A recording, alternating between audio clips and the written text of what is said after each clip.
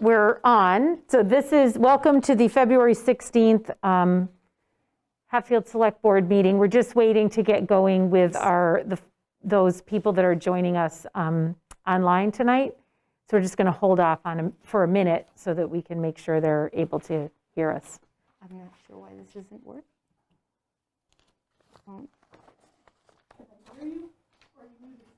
It says it's off. Audio is off, and I'm clicking on it, and it won't release. Audio Audio is Our off. audio that people can't hear us, or audio that we can't hear them? I don't think they can hear you. See, it won't. What is wrong with that? Oh, no, I want people to hear me. What was that? Click over here, maybe, because that's you.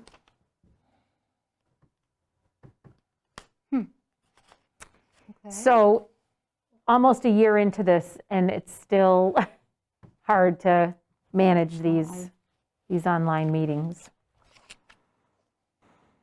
Settings. Audio is off. I want it.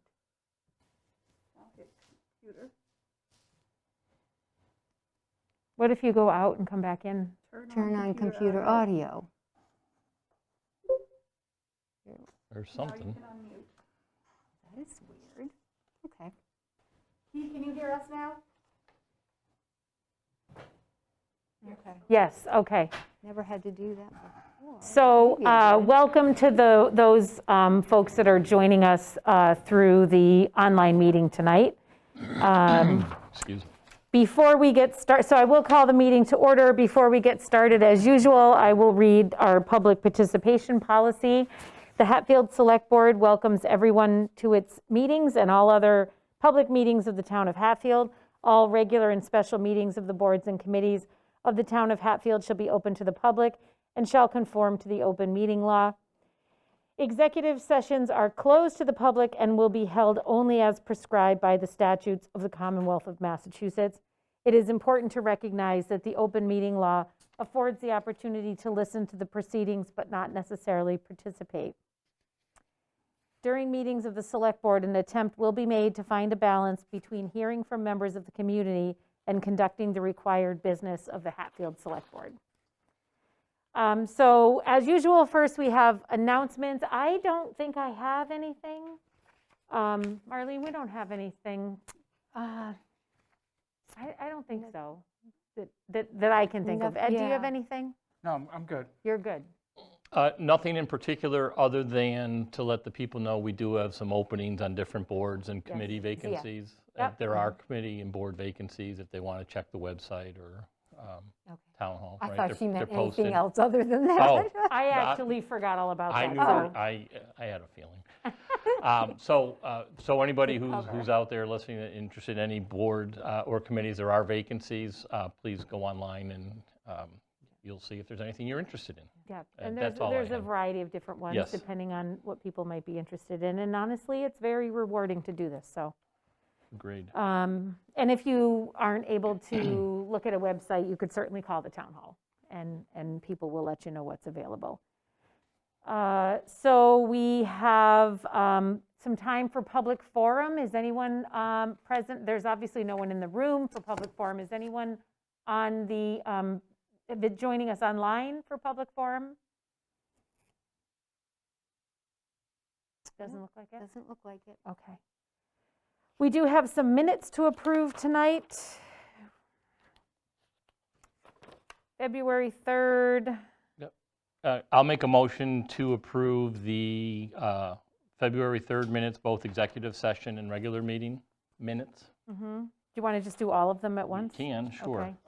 Also, the January 27th executive session and regular session minutes, and the regular session meeting minutes of December 1st, 2020.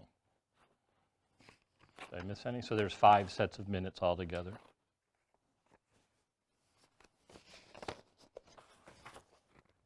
Did we have, 1, 2, 3. you said all 5, right? I did. Yes. 5. Okay. I'll second that. A motion's made and second. Any further discussion? No. All those in favor? Aye. Okay, great. So we'll go ahead and get right into posted business. First will be an update from COVID, our new COVID Special Agent COVID Coordinator, Claudia Sardi. But can I just, before we get to that, is Claudia on? Don't believe so. I'm not sure. There is We somebody do have on. something in writing here, but I just, Yes. we did not formally announce that Carrie Flaherty had resigned as the COVID coordinator. There's a few things I want to say about that. First, I want to give a heartfelt thank you to Carrie for the unbelievable work that she did for Hatfield during such a difficult time and coming up to speed and being able to do what we needed her to do. And I know she's going to still stay on in a smaller as-needed capacity, which is comforting, and I thank her for that as well. But I guess I just wanted to just take a few minutes to say a few things. So just so people remember, Carrie was a member of the Board of Health when the COVID crisis began. And Carrie immediately started educating herself about how we needed to respond, both here in the town hall, at the school, the information that needed to get to businesses, to residents, and all of that. So she really educated herself and brought herself up to speed, and then it became very apparent that this was a job that was going to require more hours than should be expected of her as an elected member of the Board of Health. And so the COVID coordinator position was created. Carrie was then not elected to the Board of Health in the spring. We had a new person come on, and Carrie, to her credit, decided to stay on and still serve as the COVID coordinator. And truthfully, it was really after that point that the real meat of that job started, when we actually started having COVID cases. And over the summer, when there was a lot of work to do, looking at how we were going to get back into school and all of those things. And so I just can't stress enough how much work was involved with this. I know I talked to Carrie almost daily at times about what was happening. And the Board of Health wasn't involved with the COVID response. We had a meeting with them recently.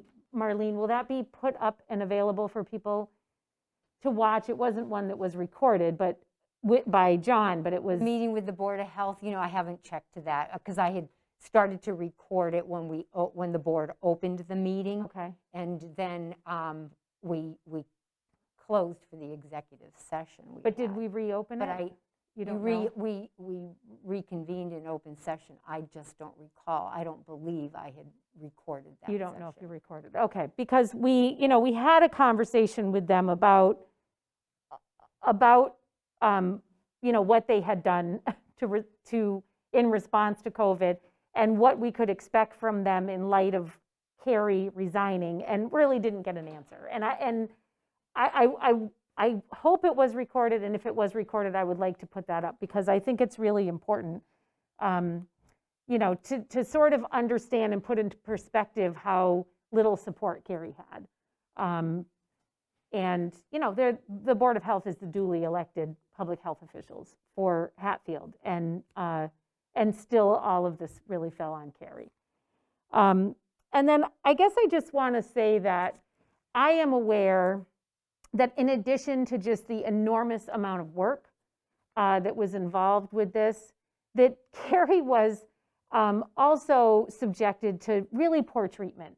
And I refer specifically to one school department employee in particular that I've witnessed be rude to Carrie, condescending, undermine her authority, and nothing was done about it by the administration. I spoke up for Carrie at a meeting, and I think it really bothers me that Carrie was subjected to some of that, and I just felt like it was really important to acknowledge that tonight, to let townspeople know that, because I don't think most people know that was going on, and I hate to see her go, but I understand why she's felt the need to resign, and I just think that those were important things to make sure that townspeople understood, at least from my perspective. I'm speaking for myself, not the board. I don't know if either of my colleagues want to pipe in and have different thoughts than what I'm saying, but it's really unfortunate that that's how Carrie was treated and how ultimately things sort of unraveled. Yeah, I would echo what Diana said. Since day one, Carrie has done a fabulous job. And I had the good fortune, or misfortune because it's COVID, but the good fortune of being on the team that's been working on this since February or early March of last year, which included the chiefs, myself, Marlene, and Carrie, of course. And we all had input to our weekly meetings, but of course, all of us relied on the information really that Carrie was bringing forward, because she was on all the calls with the state. She was on all the calls with the local cities and towns, and I could speak all night, but I just want to echo what Diana said. And it is too bad that there was some friction created by others who didn't like the information Carrie was bringing forward. It was one of those, they shouldn't be shooting the messenger. I mean, Carrie was, and Claudia will do the same thing, relaying the facts, relaying what the CDC says, what the Department of Public Health says, following the lead of the Board of Selectmen, and that is what she was doing. There's nothing, it was all concrete evidence, for lack of a better term. And if people didn't like it, that's not Carrie's fault, right? She was just delivering and bringing the information forward, presenting the guidelines and trying to keep us all safe. So I'm glad she is staying on even at a lesser capacity, but certainly appreciate everything she's done over the last year for all of Hatfield and all of our residents. So I think that there's a lot of people have been attending school committee meetings. Obviously, there's a lot of people very concerned with what's happening at school committee meetings. So people who are attending those meetings, I think, have a better sense of what's happening. My concern, and why I wanted to sort of speak up tonight, is I think that there's a lot of townspeople, if they're not paying attention to school committee meetings, aren't really aware of what's going on. And specifically, I just want to mention that there is a person who works at the school, a part-time teacher, who is now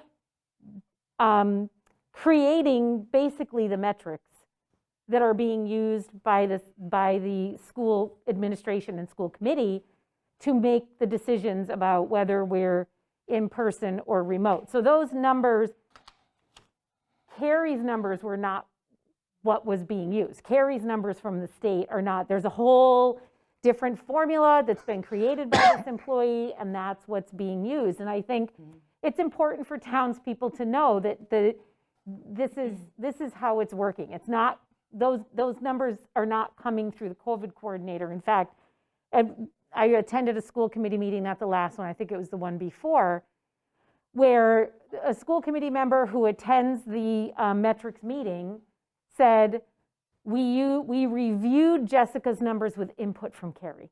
So, I mean, that's what's happening now. And that's what I mean when I talk about undermining sort of the authority of Carrie and the knowledge of Carrie. And it's important townspeople know that, because I just don't think people who aren't tuning into the school committee sort of understand what's happening. I think very well said by both of you. I echo the sentiments, and I just want people to be aware, as of this week, the CDC director will be issuing a different matrix for schools. So now there's going to be a national matrix that has been created. So I don't know if that's going to be helpful or that's going to cause more confusion, but that's what's coming out of Washington right now. So. And I will say, I can't speak for either of you, but I get a lot of calls and texts from parents and families very concerned because we're not going back to school, and and asking me what I can do about it. And, of course, the school committee is elected. And so they're autonomous and they're, they make their own decisions. The select board has no input whatsoever into the decisions that they make. But I know how families are struggling. I know how kids are struggling. I have a 10th grader myself. This is not a school year. It is just not. And so it's frustrating for me when I have to say that, there's really not much we can do about it. But we did oversee Carrie, and I want people to know how incredibly frustrated and I have been on her behalf, because I've seen how hard she's working, and then I've seen what she's had to endure. And I don't want to beat this dead horse, but it's something I felt needed to be said in conjunction with an acknowledgement of how hard she worked and how knowledgeable, she made herself, helping restaurants with their questions and families with their questions. If they had questions about if they should be tested, or if they had questions once they were tested or diagnosed. She's been really an unbelievable resource here in town, and I'm glad that she will be with us in some capacity again, as I said, because I consider her, very valuable and a real authority on all of this. Is Claudia joining us, or should I maybe just? I'm not sure. So I do know that Claudia does have many meetings Yes. at night, so She said she was she going did to- make that clear and was going to try to She attend. said she was when- going to try to attend. There's when a couple possible, of but- people on that yeah. I don't know who they are. Okay. Well, but I would assume if it was her, she'd speak up. I would think so. And so we, on the heels of all of that, we are delighted to welcome Claudia. We are. Claudia Sarti, is that how you pronounce? Sarti? Sarti. Brian, maybe you want to speak a little bit about her qualifications, because she really is very qualified. She's very qualified. So Claudia has a background in public health and is a health agent in other communities. So she does, and has been working on COVID related, on tracing, the contact tracing and things like that. So she comes with the background in how to find that information and how to share that information with the town. It's just a little bit of a learning curve in the sense of it's just a different community and working with the players. But it's been a week, and Charlie Kanicki's assisting, and Scott Pomeroy is still there as well. So while Carrie has stepped back a bit, we've got people in place to keep We are going in good forward. hands, We're in very good hands, and Because Charlie Kanicki is also an yes. incredibly qualified They've got public health they've got the agent. background, Right. so, yep. And of course, our numbers are declining. Yes, thank goodness. Thank goodness. So that's also a great thing. The call went out last night. I think it said 3 cases. Yep, but basically, this is just what the call was. Right, okay. Yep, and this is also posted on our website. So I guess it would be really nice if maybe we could try to arrange to have Claudia maybe try to come to the next meeting, just so people can meet Names her, and faces, at least in an online way, because this is, in some cases, somebody they're going to have communication with about some personal things, if they've been diagnosed or whatnot. And so I would just encourage people to feel as comfortable with Claudia and be as responsive to Claudia. If, heaven forbid, you're involved in any contact tracing situations, because she is very qualified, and we feel very grateful to have her on board. But, sorry. Well, I know one question that people in town have had was, when can I get my shot? Yes. Unfortunately, we don't have that information at this time. So I think that's probably the most important thing for the townspeople, is knowing when they'll be available. So I guess follow the news, follow the headlines, and That's been there's a some real- sites they can go to and actually go online and get it, right? Yeah, it's been a real source of frustration, I think, for a lot of people. And, there is an availability if you're eligible, and everybody sees all the eligibility requirements. They're talking about them on the news and everything through the Northampton Council on Aging. And I do know Jerry from our COA is able to help people coordinate that. She is. So you can call the Hatfield Council on Aging if you're going to need some help getting that coordinated, because you do have to sign up online. So I know that can be difficult for maybe people who are over the age of 75, may not have access to a computer. But we do have, is somebody ringing or something, the phone? Not, No? it sounds like it's coming from over here, but it's not me. Oh. I looked at my phone 3 yeah, I thought times I and it still heard- wasn't ringing. Is it me? I thought I heard a phone. Oh, it yeah, was but- me. Sorry. Way to pass the buck. But, so there are, if you contact the Hatfield Council on Aging, you will get some help with that. Yes. And I do actually, maybe we should have made this in our announcements. I think it's really important for townspeople to know that our emergency service personnel have been vaccinated, which is I'm so grateful for, because I'm obviously grateful to what they do all the time, but particularly during this situation. So any that were willing to get vaccinated have been vaccinated. I know they've had their second dose because my son has had both of his. But it's also, that's something that townspeople might like to know, particularly if they end up having somebody respond to their house for a medical emergency or something like that.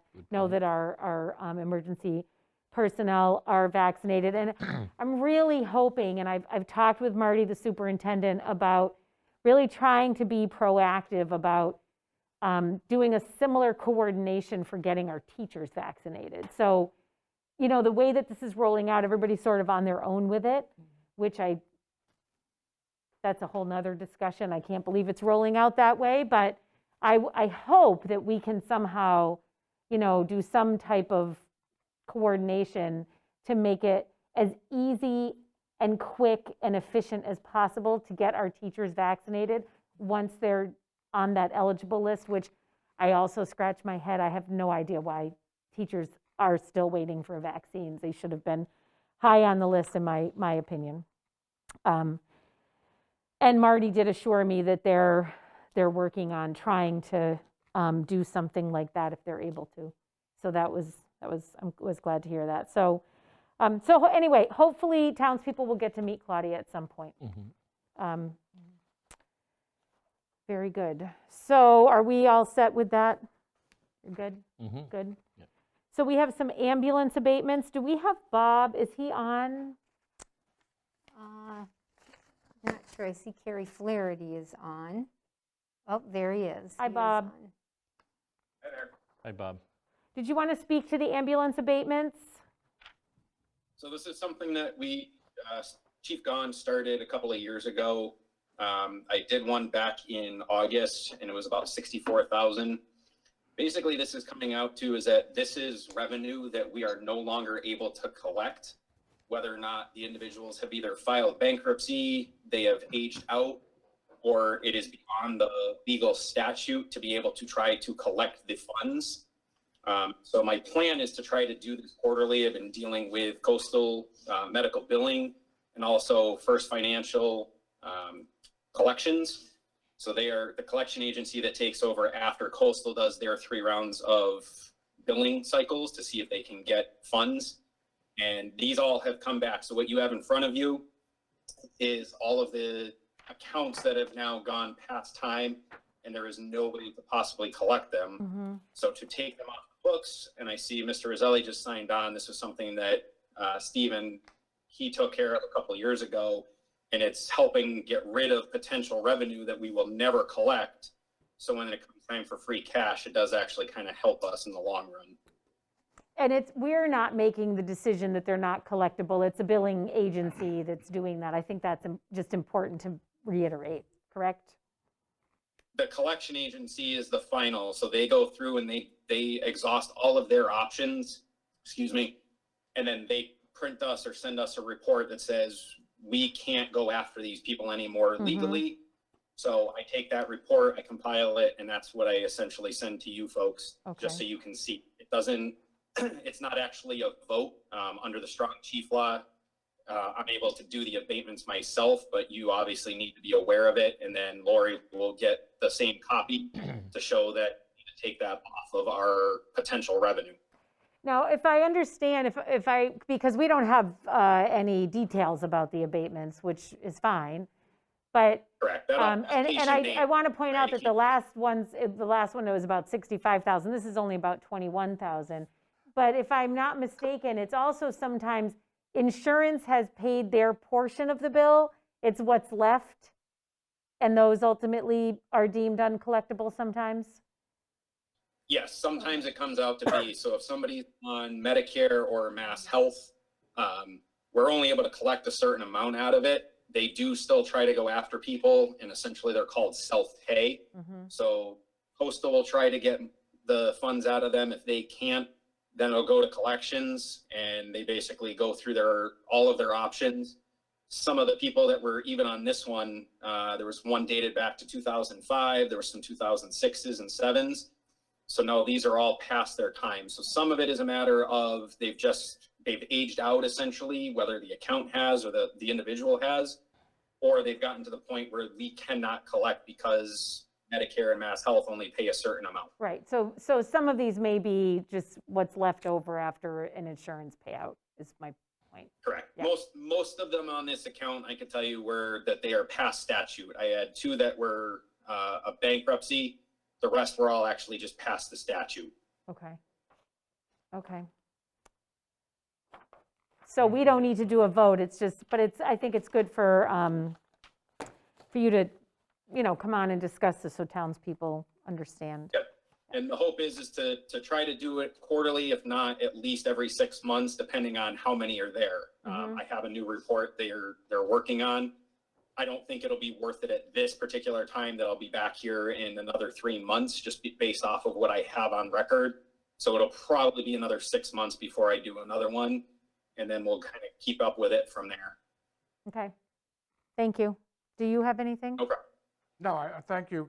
We've gone through this the last couple of years, and I appreciate Bob's efforts in getting this cleaned up because it's been an ongoing thing. I know Stephen started trying to address it, and Bob's continuing, so thank you, Bob. Yep. Anything, Brian? No, thank you. Thanks, Chief. No problem. So our next agenda item is a change of the DBA for a Class 1 license, which is Gander RV, changing to Camping World RV sales. Marlene, is there anything about this you wanted to discuss? It seems pretty straightforward. It is, it's just a So it's just a name Yeah, change just a name and- change. And so we have to reissue their The Class license, 1 dealer right, license. That's correct. I don't have any questions about this. Except that it's pretty great that Camping World will be in Hatfield, because that's a pretty big, business. Anything, Ed? No, I'll make a motion to accept the change. Second. A motion's been made and second. Any further discussion? No. We will just reissue that Class 1, is that correct? Yes. Okay. All those in favor? Aye. Aye. So we have some appointments, which I'm very happy about both of these. One is Nick Hebert from Main Street has expressed interest in being on the Recreation Committee, which I think is absolutely terrific. I'm happy to have his interest. And then we also have Luke Longstreet of Pantry Road, who's interested in being on the Conservation Commission, another absolutely terrific person to serve on that committee. So I'll make a motion to appoint Nick Hebert to the Recreation Commission and Luke Longstreet to the Conservation Commission. I'll second that. Motion made and second. Any further discussion? I just think it's fantastic that these guys have stepped up. I know that Luke will, with his background, will be awesome for the Conservation Commission, and Nick will be great for the Rec Commission. Yeah, so, they're really they're just perfect, perfect yeah, spots yeah. for both of those gentlemen. So glad that they're willing to give their town some time. So all those in favor? Aye. Aye. Thank you, Nick and Luke. And just a reminder, Nick and Luke, if you're on, I'm sure Lydia will reach out to you. If not, that you do need to be sworn in for those positions. So, They'll receive their appointment Yeah. in the mail. So next we have the conservation restriction on Old Stage Road. Marlene, did you? Diana, Yes. Diana, What? Marlene was supposed to give you, I have them. I have them. They'll be signed. no, it's a motion I need you to make regarding the Emergency Management waiting on Planning that, right? Committee. Well, You just, yeah, I mean, I feel like that requires a little bit more discussion. I'm not sure I even totally understand this. So could we have that as an agenda item at a future, do you want to do it now, or Monday. We're meeting Monday. right? is there I'm some? trying to get your annual appointments. You've got to do your annual appointments so that people can get sworn in by April 1st Yeah, for we all need to the change annual that. appointments. And Should this be after the affects the election. list that Go I have through to this every provide year. to you. Okay, but Earlier. if we need to have that ready by April 1st, it's February 16th. I think it could wait till the No, next meeting. No. I have to submit it to you about a month prior, and I have to also have a couple of weeks to advise people that if we don't hear from you, you will automatically be reappointed to your position. So, it takes about 6 weeks, and we're kind of here. And when at the meeting before last, it was kind of left up in the air. Okay, so I'm reading this. This wasn't in our packets. This was nothing we could have looked at ahead of time. Right. But You I'm want the EPC non-voting members to have a term limit of 0? Yes. And No, it's we're not doing that. it says this, let me read this. This way, non-voting members are still appointed, but only once. It keeps them off the annual appointment. So is that just, they're not going to be on the committee? They're non-voting members. I guess I just don't understand why they just hear don't get anything. appointed. Why do we not just reappoint, why don't we just not appoint them if they're non-voting members? Right. You were all trying to decide with Bob at that last meeting, which I think was your meeting before last, how to differentiate the non-voting members from the voting members. And Simple, they just I don't get an suggested appointment. They're not members. They're not They're members. volunteers.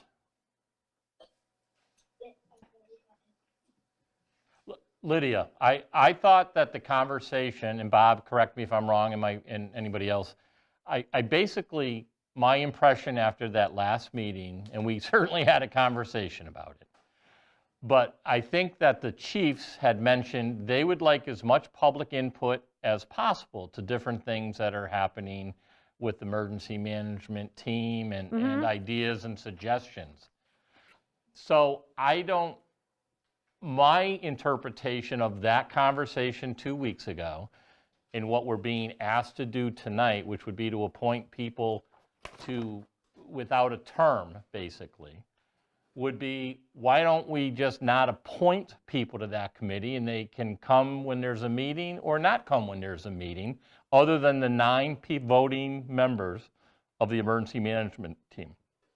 Why do we need more than the 9 actually appointed to be on the emergency That's what I'm management team? saying. If they're non-voting members, they don't need an appointment. They can Right. just, Show up. they come to meetings when they want to, If there's a when they topic of can, interest, and yeah. then they don't. what I was trying to go along the lines of your concerns about these people not really feeling like a member, that you all were concerned about that. You voiced that opinion. So I was trying to simulate something that would reflect what you were saying at the meeting. So if, I can just not have them, just, take away the fact that they're members There you go. and they can just go as the public. Well, right, well, they're going to be non-voting members, which means they're not They're members. volunteers, They're, right. they're interested parties who are welcome to show up just like anybody, right? Can show up to Advisors. any meetings. I mean, I think I'll these just are take them off people, the list completely. what? You'll take them off the I'll list. take them off the list I mean, completely. I think that there are people who, if I'm not mistaken, they're interested in this. They'll come regardless of whether or not they're appointed or not. But it makes the commission a better size and, more manageable. Okay, I just was looking for some direction on what you wanted to do. That it was kind of left up in the air at the last meeting, and I got to get this list to you. No, you're absolutely right, Lydia, and thank you, but I think it's just going to be easier on everybody if we just go with the 9 appointed members. Yep. And other folks hopefully will remain interested, whether they have an appointment next to their name or not. If they're interested in whatever the topic happens to be that the emergency management team's working on, we certainly value their input and hope they'll continue to attend the meeting. Okay, Is Bob still on? Is that all okay with Bob? That's fine. Okay. The committee itself isn't going to change in how it operates. Right. It is physically just a matter of, we don't need certain people to be voting because we are making decisions. A transportation person, we need their input, but they're not part of the core emergency management team when it comes to actually implementing or voting a plan into place. So Right. that's all we were doing. So the same 13, 14 people will still be, on the committee. It is just who will vote on a final plan if there's something. So the EMPC, the COOP plan, the SEM plan. So it'll be the 9 primary people that will take the actual vote, but we will still take all the input. So that works out perfectly fine. They're still on the committee, but they don't officially have to be appointed. And most of the time, the people forget that they have to be appointed every 3 years anyway. Yes. but yeah, so I'm going to take them off my list, Bob, because I'm only concerned with those that are appointed and reappointed and have to be sworn in. So as far as I'm concerned, they're not going to show up on your committee list. Right. Sure, Right. perfectly fine. It won't change anything else operationally. This is just a paperwork thing more than anything. Okay, I just needed the information to get that list accurate. Okay, thank you. I do think that we should probably, even if it's at your first meeting, Bob, or however this is going to play out, we should let those folks know, so they have an understanding of the process moving forward of what a voting member is versus a non-voting member, and just, being an advocate or a volunteer. Just Yeah, just to avoid Based on the- to avoid the confusion down the road.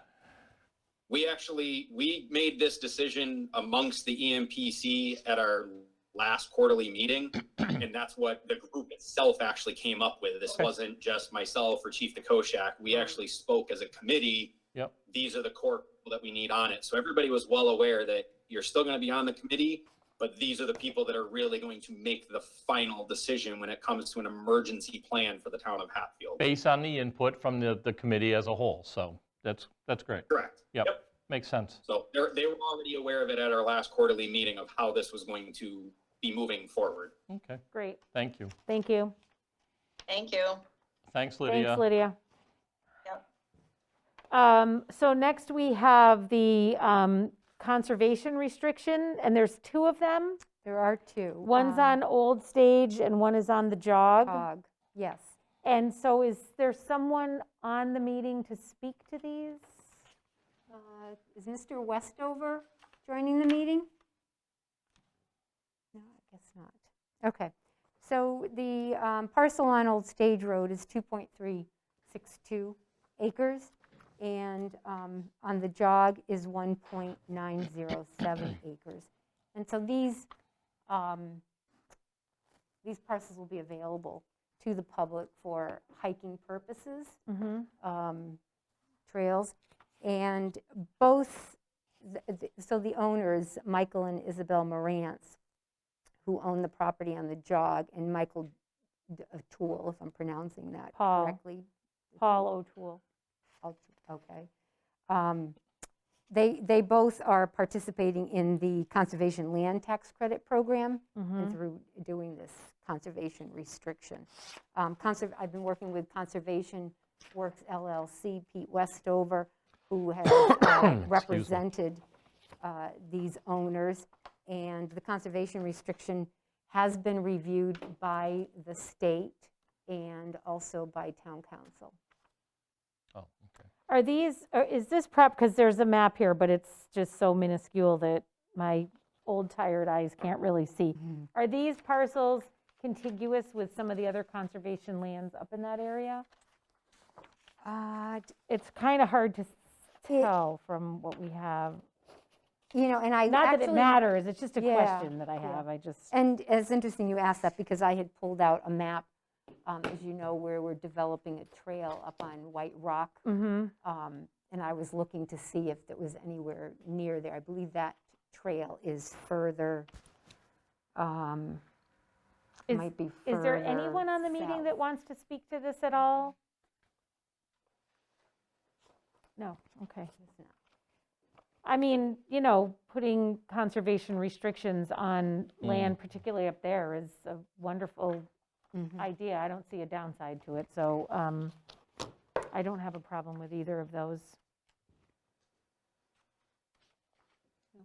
Ed, do you have any questions?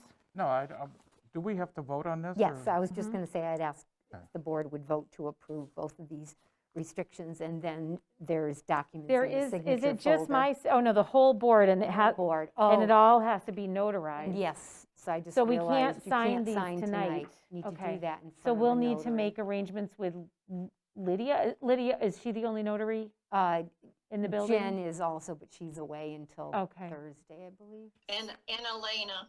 Oh, Elena is now. too? Oh, that's good to know, Lydia. Okay. So we're not going to, we'll vote this, but we won't sign it until we can come see you. And we can do that individually, correct? Yes, Okay. you can. Correct, but Correct, it should all, since there's probably only one notary clause, There is only one notary clause. yeah, then you all should do it with the same notary. Yes, okay. I'll be there Thursday. Okay. Oh, weird. Wait a second. Oh, no, that's for the Secretary of Energy and Environment. Okay. I'll try to get in Thursday. I'm not sure, but I'll do my best. You guys, can you get in Thursday? Yeah, should be, I Ed? think so. Okay. So Marlene, I'm sorry, both of these have been reviewed by Yes. Council. council? Yeah. Okay, By the state office that oversees Yep. conservation restrictions and town in our own council. town council. Yes. Lydia, what Okay, time? thanks. Diana, if I notarize Ed and Brian, then you don't necessarily have to be notarized. That's true, So too. you could sign if Thursday's not good for you, and then I'll just notarize the two of them. We could do that. Okay. I'll do that. I'll sign. I will Okay. sign. Okay. So we need to take a vote. I'll make a motion to approve, is that, or accept the conservation restriction on Lot 2 off the jog and Old Stage Road in Hatfield. Do we have Did to I- do them did I- separately, do yeah, you think, yeah, I don't know. Marlene? No, I think the Okay. motion, Brian, it is I second that is then. acceptable. Okay, so a motion's made and second. Any further discussion? All those in favor? Aye, Aye. thank you, that is a good spot, good. Yeah, that's great, and thanks, Lydia, for taking care of that on Thursday. Next, we have a right of first refusal on a parcel of land in Chapter 61A, which is that's a farm, sort of like a restriction on a farming parcel, and when it comes out, the town has the right of first refusal. This is for Shimarowski Brothers LLC, and it's a parcel that's located about 6 acres of land down off of Main Street by the Whately border. This will be the cannabis operation. Everything here looks pretty straightforward to me.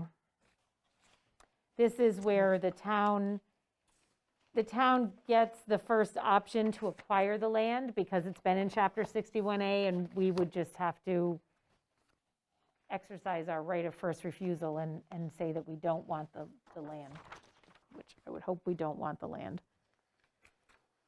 Actually, yeah, the owner is taking it out Yeah, for the other owner's taking it out, purposes. which Right. triggers He's the town converting, to yeah. have a right of first refusal on the property. Yeah, we don't want to do anything to mess up this project, so No, we want to move right along and make sure that we're helping them out.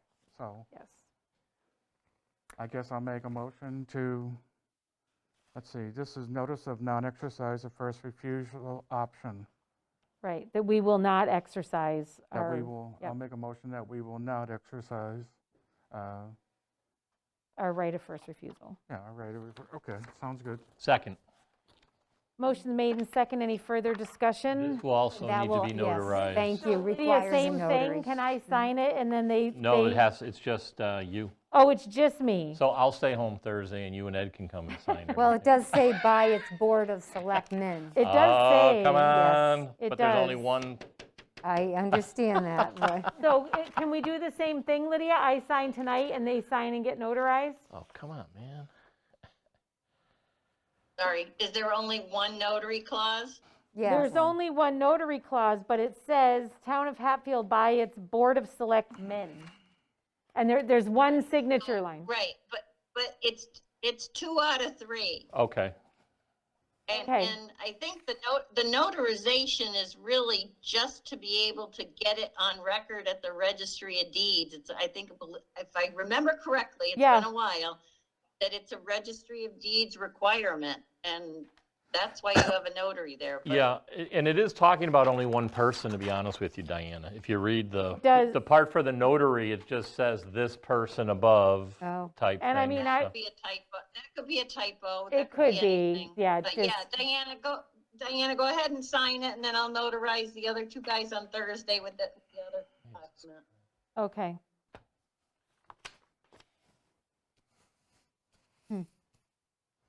Okay, so that's good.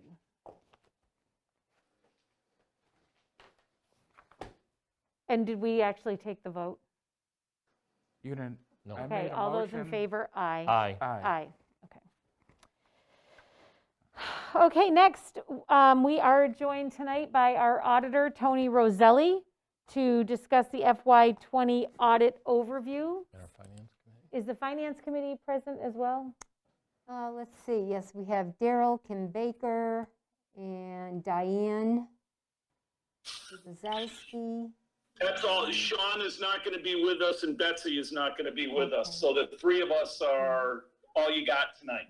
Finance Committee and our accountant is joining us. Okay, Lori. And is And of Tony course, on Sharon. and ready? Oh, and Sharon's here. Tony is present. Hi, Tony. Hey there. Hi, Tony. Hello, and hi to the Finance Committee members Yes, here. hello. How's everyone? Great. Good, thank you. How are you? Good, good. Hanging in there. It's busy. Good. So, It's busy, but these types of meetings save me a lot of time too. Just being able to jump on. And I was actually working in the background while I was waiting for you guys to call me. So so they're efficient. If I was at the town hall, I wouldn't be able to do that. so you weren't hanging on our every word, Tony, while we were conducting our other business? Yeah, I was actually listening in on the ambulance one, but the other stuff, no, I didn't catch most of it. So Tony was only paying attention to the money. Yes. Yeah, we get it. yeah, exactly, That's exactly. what we pay Tony to do, You're so. probably glad to have this conversation in February. But Right, Ed? But hey, thank you for having me tonight and talking about the audit, which, if I'm looking at my calendar, is February 16th, and we're having a audit meeting, which is absolutely fantastic. In the past, we hadn't even started the audit by February 16th. So this is good news that we're actually talking about the results of the audit. So that's just evidence of some really good improvement and efficiencies in the process. There's still some things we need to work on, which we'll go over real quickly. But overall, since the new consultants with Melanson and Heath have taken over, and the treasurer and collector's office is really come together well. You know, you've had the same team. I know there was turnover this past year with the treasurer, but Sharon's been around for now 3 years, I believe. So she's really, really gotten into that position really well and efficiently. It just seems like things are being done much quickly, much better, much more accurately. And there was so much to fix that I always say Rome doesn't get built in a day. So there were some things that still needed to get addressed as a result of the audit, which we'll go over. But overall, I'm going to give the town some really, really good grades of just turning this thing around and getting everything going in the right direction. So so that's really positive, just for anyone that's tuning in at home, the public, and for the Finance Committee and the Selectmen, and Laurie, who I see is also on the call. Great job, Laurie, working with the town hall to get this stuff done. Anyone have any questions before I start into the I'll go through the management letter, but does anyone have anything specifically that I should address before I get going? No, I just, not a question, just a comment, and just to sort of echo what you're saying, a real thank you to the financial team, which includes Sharon, Lori, our Finance Committee, on making this important progress. Okay, so this year was a really, really challenging year, obviously, because of the pandemic. So a lot of things had to be done remotely. In fact, we did the entire audit remotely this year, and the team was great, getting us things through scanners and through our portal, our secure portal. So that worked really well. We were able to work out of our office and move in and receive everything. Went back and forth a few times, but I thought it was very efficient and it worked out really well. I can't wait for the pandemic to be over because I want to visit the town. I want to come back, and I like to actually feel things to make sure, you know, that the remote, I'm an old timer, so I can get used to the remote stuff, but I also like to just kind of walk the town, see what's happening, go down the school department. I like to get a feel for things when I do my audit that way, and I do miss that part of the audit. So hopefully by the time the next audit rolls around, we'll be able to pay a visit to the town and accommodate that. But the town's gotten through this COVID-19 fairly well.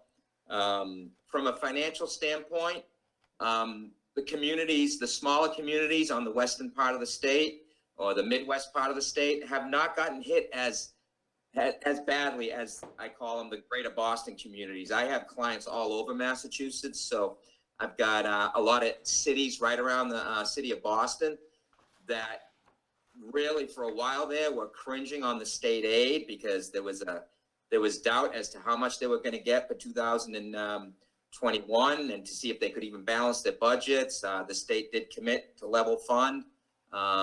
Pandemic's still going, so 2022 is still a fluent situation. The town doesn't rely on a lot of that, the town of Hatfield. So you don't have the big meals excises, the hotel excises, you know, and all the things that the bigger cities have. So the biggest cities really got hit on their budgets and had to do a lot of cuts and things like that. It seems like you folks came to the finish line in pretty good shape. The beginning of the year, the economy was still good, the first 3 quarters of the year. So you kind of rode the backs of that to a very strong finish. In fact, your unassigned fund balance was almost 2.2 million, your unassigned fund balance in your general fund, which is the highest it's been since I've been auditing the town. Included in that amount is your stabilization funds, which are they're about $450,000 in your 3 stabilization funds combined.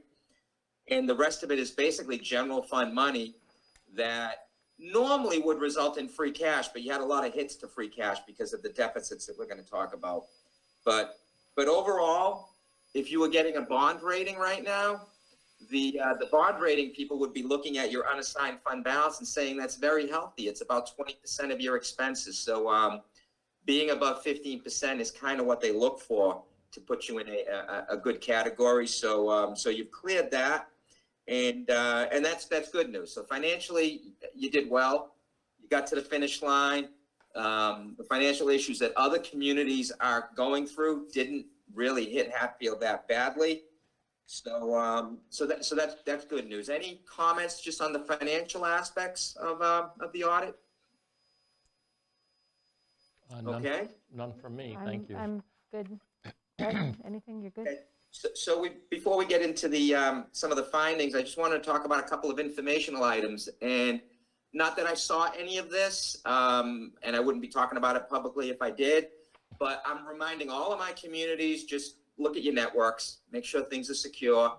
With all the remote things that we're doing, with all of, make sure that your employees that are working from home are working off of good computers that have network security, and that all the procedures that are in place at Town Hall are also in place at the houses.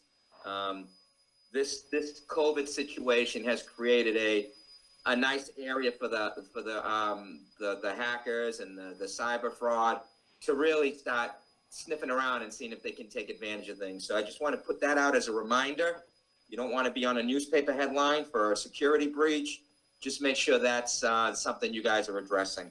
And again, not saying that I saw anything that I was alarmed by, but again, just a reminder to be looking at those things. Thank you.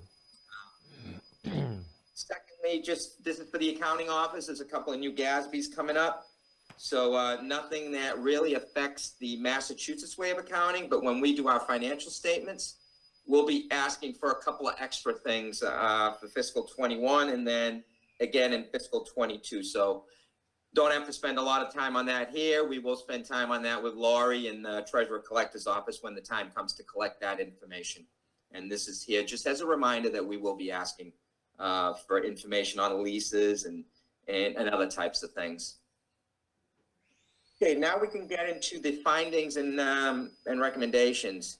So one of the bigger things that's still lingering, which I think had the town delayed the audit a little bit, I think this would have been resolved. I think you would have got this reconciled and I think you would have got it figured out. But because we were motivated to get the report done, get the audit done, the accounts receivables weren't completely reconciled between the GL and the collector's office. So this did result in a big hit to your free cash. They were out about $210,000. Hopefully that's something that's been being addressed since the audit. And it's something that the town accounting office, Melanson and Heath, and the collector's office can kind of straighten out before the next audit gets started. But again, this is one of those things where I said Rome doesn't get built in a day. So this is one of the lingering things that I would love to see addressed before the next audit begins in the fall. Any questions on that, the receivables? No, I would just like to make one comment in general, just for those at home and online that aren't familiar with this. We're talking the monies up to and through June 30th of 2020, is that correct? Yes. So I just wanted people to understand that, because you note this in your letter, Tony, that we hadn't made the full changeover of personnel and what have you till the beginning of 2020. So that sort of shortened the time frame for some of the inter-office workings. But I didn't want folks listening to think this was through the end of December. I wanted them to understand it was a fiscal year that ended on June 30th, 2020. That's all. Clearly, I mean, Melanson and Heath came in, I believe, in February. Right. COVID hit us in March. Yep. Lockdowns. Yep. So while there was every attempt to make corrections to the findings, these things were slowed down by the transition from Bay State and by COVID. And it is as of June 30th of 2020, not as of December 31st. So again, from my perspective, what you've gotten done is great. These are the areas that still need to, like I said, be addressed. And right.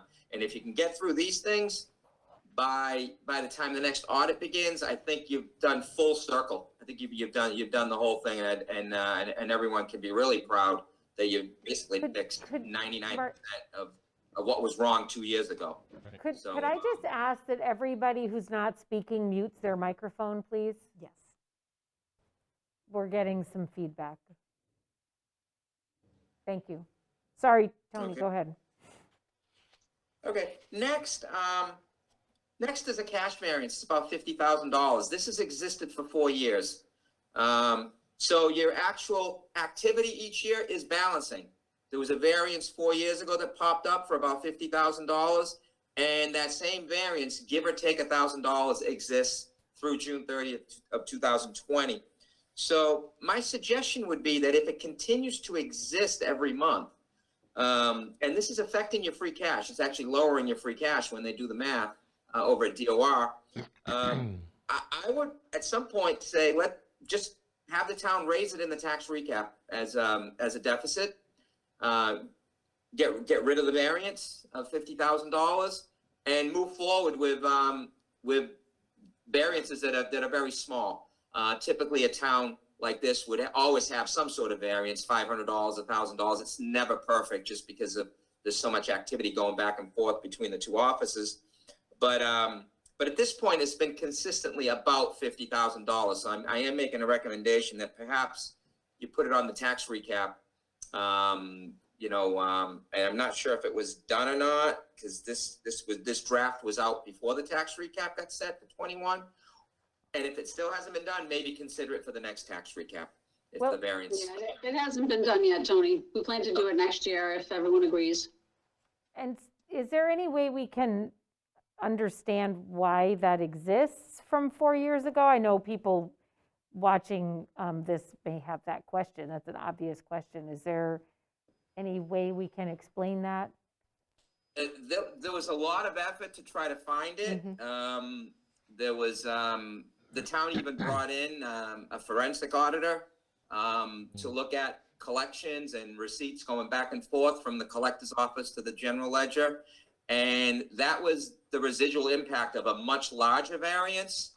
The variance was much bigger than that, and it got whittled down to this amount. And at that point, there was so much money and effort going into that it would cost you more than $50,000 to find this variance. So at that time, a suggestion was made to tag the variance, and if it stayed the same, that means your process is okay going forward. It's in good shape because the variance is going to just stay the same. So that was the goal, to maintain it almost as if the variance was zero. And but there's really no one could ever come up with an exact reason of why that happened, why that variance happened. But there was the history of the town with all the errors going back and forth, all the significant deficiencies and everything else that existed back in 2013 through 16 or 17. If this is if this is the residual, I think you've come a long way. So again, Lori, do you want to chime in? Yeah, I just want to say that it's the variances between the treasurer's cash book and the GL, but the GL is higher. So I mean, basically we don't have the money in the bank anyway. The GL is just showing that the money's there for whatever reason, whether it was done, incorrectly in prior years. So it's not like we're losing any money. We're actually just matching the general ledger to equal what's in the bank. Yeah, if you will. the GL Right, is but general ledger for people maybe watching. Okay. Right, it's not on the bank side. The treasurer agrees on the bank side. It's something that happened on the GL side back when, I think it was Derek might have been the accountant at the time. It was even before Bay State came in is when it originated. And that's and there were so many errors, like I said, going back and forth. I think Bay State went through a lot of that, fixed a lot of that. Melanson and Heath came in and picked up the ball. And that's kind of what's left. It's a GL error. The problem is when you lower something on the GL, you have to have an authority to do that just in case it was some sort of an expense that didn't get recorded or a receipt that got missed. And that's why I'm saying that to make that journal entry, you would have to raise it on the tax recap. Okay. So I would monitor it through this audit through the end of this year. If it still exists, I think after 5 years, I think I would come to the conclusion that the town is in control of cash, and at this point, fix it through the tax recap and move forward with a clean slate. That's what I would recommend. Sounds good. Does that all make sense? Yes, thank you. Yep. Okay. The next issue had to do with the tax recap. So Bay State prepared the tax recap for fiscal year 20, and then shortly thereafter, they weren't working for the town anymore, and that's when Melanson and Heath took over. Melanson and Heath did not prepare the tax recap, so there was some transitional things there that weren't 100% communicated.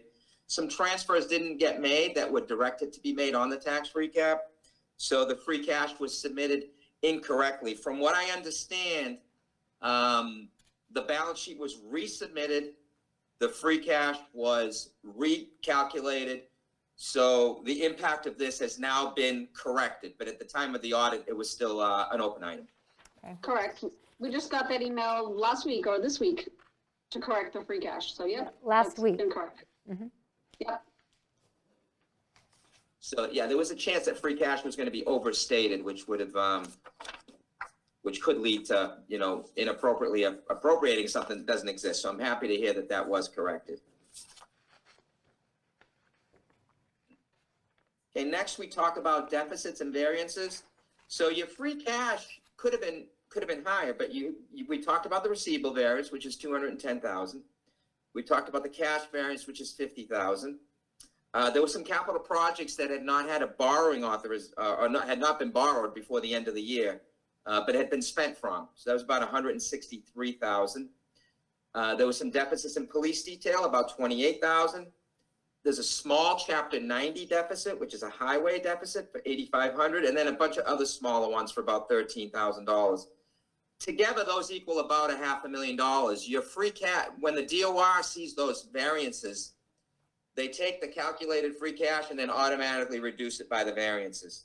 So I would think that by cleaning up the receivables, that variance will go away. By putting your cash variance on the recap, that variance will go away. By hopefully borrowing your capital projects, if you have any that are active at June 30th, by making sure those are borrowed, that variance will go away. And it will leave you a handful of small ones, which all communities have. They all have the police details, because by the time you collect the money from the police, you've already paid the police, so you end up with detail deficits. Chapter 90, sometimes the state is late in reimbursing you, and grants don't always come in time from the state. So you always end up with a handful. You know, in this town, I would expect you to have about $30,000 or $40,000 of small deficits just related to timing. But the bigger ones should be able to get corrected if you can just do those three things. And then you'd have a proper free cash certification. So can I just ask a quick question on the police details? Is that a timing thing, or is that we're not collecting? Because the police details are done as a revolving account, so it's timing. Right. It's not that we're not getting paid for police details. Okay. So Lori, I don't know if you can jump in on this or not. So typically we'll look at the police detail, and what happens is the police go out, do their detail. Right. You pay the officers as part of a payroll within a few weeks, and you don't collect that money from whoever ordered the detail until a later time at the end of the year. And if you got a lot of highway and road projects going on during the year, there's a lot of construction and whatnot. In the summer, you're going to end up with a bigger deficit. Do you think this is a permanent deficit, Laurie, or is this something that is related to timing, where the money may not have come in until September? Yeah, it's just a timing issue, and I probably should have caught that. And like Tony said in his letter, I should have let the DOR know that it was a timing issue and they wouldn't have hit us by as much. But yeah, I missed that, so that won't happen next time. Okay, so it doesn't seem like it's a flaw. It just seems like it's a timing of payments. No, and I've been reconciling this with the chief, so we should be good moving forward. Okay. Okay, thanks. Any other questions on this? I guess it's not really a question. Again, it's just a comment for the people listening. So as we went over those, when we talked about deficits and variances, Tony, you said it was approximately $500,000. And then you said if you correct this, it'll drop. So for those of you at home that weren't writing this down like I was, that's going to go from $500,000 to about $50,000. Once those loans are taken out, once the receivable variances are cleared, once the cash variances are cleared, once the police detail is cleared. And that's what that was one of your comments in your statement was, most towns our size would be around $30,000 or $40,000, just because of the way cycles run with ins and outs of the finances. So I just wanted to let the people at home know that, that's a $450,000 swing. I mean, that initial, coming our way, initial so. number is a big number. Yeah, and exactly. would be alarming, and rightfully so Yep. to anybody, but it's, Right, and you're always gonna have, the school gets a lot of grants. Yes. And those don't always come in quickly from the state. So at the end of the year, when they're closing out their activity and they're getting their last reimbursement, sometimes those don't come in until September or October. So they end up being deficits at June 30th. And a town your size is gonna have a few of those. So I would expect, somewhere in the range of $25,000 to maybe $50,000 tops, if those other things are corrected. Perfect. That would be a good statement to make. Great, thank you. And I've been working with the school department, Riley, with the grants. We're, pretty close to getting them all reconciled, and they will be reconciled by the end of the year. So, I mean, I don't see that there'll be any variances next year, possibly. So, I mean, if I do what I need to do, there shouldn't be any variances. So That would be great. There might be a 9/11, grant. I know that one's always late from the state. So there's always something small popping around, but it's going to be a lot less than that 500,000 that's been hanging around. absolutely. Great, thank you. thank you. Okay, next is the ambulance receivables. The coastal report and the GL weren't in agreement. I understand that now, since this report has been written, that there is a reconciliation process in place to do that monthly. So I'm happy to see that. And again, I think the chief was talking about write-offs and things like that. So I'm glad to see that there's some policy being worked around that, and that should clean up ambulance, the ambulance area. Tony, I had a question about that. So you're looking at about a $95,000 discrepancy between the GL and the report, the detail report? Yep. So where would the adjustment go to? The adjustment I'm assuming the coastal report is accurate, because they're your billing provider. So what I'm suggesting here, that there was probably some billings that did not, maybe a month's worth of billings or something that didn't get put onto the general ledger. Yeah, I think it was longer than that. It looked like maybe a year worth of billings weren't put on the general ledger. Okay. And then adjustments weren't put on the general ledger, so like the net amount of it all. So, and it just hadn't been done in a couple of years. So I reconcile that with the chief too. So that shouldn't be an issue moving forward. And that's a positive for the town, because it actually increased the town's receivables on the ambulance. It didn't decrease them. That was not a write-off. That was actually a positive for the town, that entry. Great. Yep. Next is student activities. So there's a mandate by DESE, Department of Education, that student activities, for those who don't know, is when you're paying for your child's field trip, when you're paying for a prom, a yearbook, photos, your child brings money to school, the school collects it, and then they spend it. That money is outside of the normal government activities. So DESE has called for having an audit of those funds done every 3 years, which in Hatfield, we've done it twice in the last 6 years. They'll be due for another one, I believe, in 21. So the last time we did it, we managed to get the town and the school pretty much in balance. And that kind of, so I check it every year just to make sure that stayed in place. And when we checked this year, it was out of balance by about $18,000. The student activity accounts were showing more money than the town. So it looks like some receipts might not have gotten recorded or whatnot. But it looks like, per Laurie's response to my office, that this is now being reconciled. It will be reconciled twice a year. And we do an audit of those funds once every 3 years. So hopefully the student activities will be fixed by the time of the next audit. Great. Okay. And lastly, we have payroll withholdings. So when we looked at the activity, some of those balances were exactly the same as the year before. So obviously we knew nothing had happened, even though there should have been activity in those accounts. It looked like there was some variance as to what we thought they should be based on what you would be paying. And withholdings are what you take from your employees, the health insurance, life insurance, dental, federal taxes, state taxes, and so on, pension and so on. These are deductions that come from the employee in arriving at the net check. That money is then turned over to the agency that collects that money, whether it be the pension system, the federal government, the state government. So we found that when we were doing the reconciliation, what the money going out wasn't agreeing to what should have been on the books. So that's been an issue for a few years. From what Laurie has written me and in her response, that this is now in the process of being reconciled and will be periodically reconciled. About how large are these balances that you're talking about?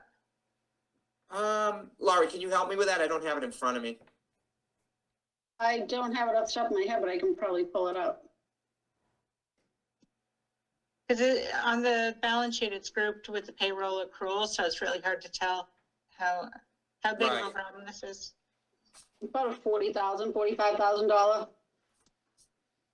Yeah, so they're not gigantic, but you know they're Big enough. enough to be reconciling. And this could be part of the cash too. You never, like It could so. be, yeah. In fact, that's, I was going to say earlier, thanks for bringing that up. I think that the cash problem might be related to the withholdings. And in fact, that's usually the culprit. And that's usually the hardest part to find because the withholdings are so entangled and constantly moving in and out. That's where it's the hardest part to find. But that's where, if you've got a variance in withholdings, you got a variance in cash. If they're going in the same direction, Laurie, when you're done with your reconciliation, we may be able to make a suggestion that you journal them against each other. You can avoid the tax recap. So that would be an interesting conversation to have when you're done with the payroll withholding reconciliation. Yeah, that's on my list, one that we haven't tackled yet, but we will. Well, it's interesting that they've existed for about the same amount of time and they're about the same amount of money. So, okay, Yeah, okay. stay tuned. Yeah. So that, Yeah. unless anyone has any other questions, that's it for my reporting. Any questions, comments? Really nice job. The fact, like I said earlier, that we're having a conversation about the audit on February 16th is just major progress in my opinion. And I expect there to continue to be progress. I think doing the audit in October was great. That's a good time to do the audit if you're ready. And we can have a similar timeline. So so good job on all fronts and keep the positive momentum. Very good, Tony. Thank you very much. Yes, thank you. Ed, did you have any? No, thank you, Tony. I know it's been a long process, and we thank you for all you've done for the town to help us through this process. So thanks, Tony.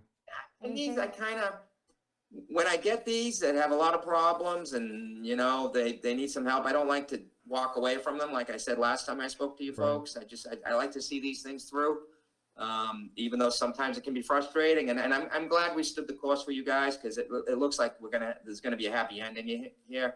And everyone's really great to work with. Everyone in the town that we come across, everyone's friendly. Everyone provides us what we need. And I haven't heard any complaints or anything going either way. So it's good. It's nice. And, look forward to continuing the relationship. Great. Brian, did you have any? I was just going to thank Tony and Lori and Sharon and everybody else that's part of this process. As Ed and I have mentioned, just because we've been here a little longer than Diana, we are in fact I think we're through the tunnel now. We're not only seeing the light, we're walking through it. So, and I think there was a ton of progress going back to this audit ended on June 30th of 2020. But all the players in place now weren't really in place until January and February of 2020. So if people want to think about that, in a matter of 4 or 5 months, not only working on 2020, but the years prior, I mean, we have really kicked some, done a nice job. So I just want, we certainly appreciate Tony, and you did say that last time you wanted to see this through, and we appreciate it. But along with you, the other players have it's just great to see. It really is. It's a long time coming, especially for all of the different departments and the people sitting on this side of this table. It's tough to have that explanation every year at town meeting, and we've got a good story to tell now. So thank you all. Well, it really is a team effort, and for people who were really, listening to what Tony was saying, he communicates with our chiefs about, their accounts, and certainly we know that, Sharon's been really great through all of this, and we thank Sharon, who's sitting here in the room. I'm not sure if people can see her. But I also want to thank the Finance Committee for being here tonight and for all their work, to continually get us into better and better shape.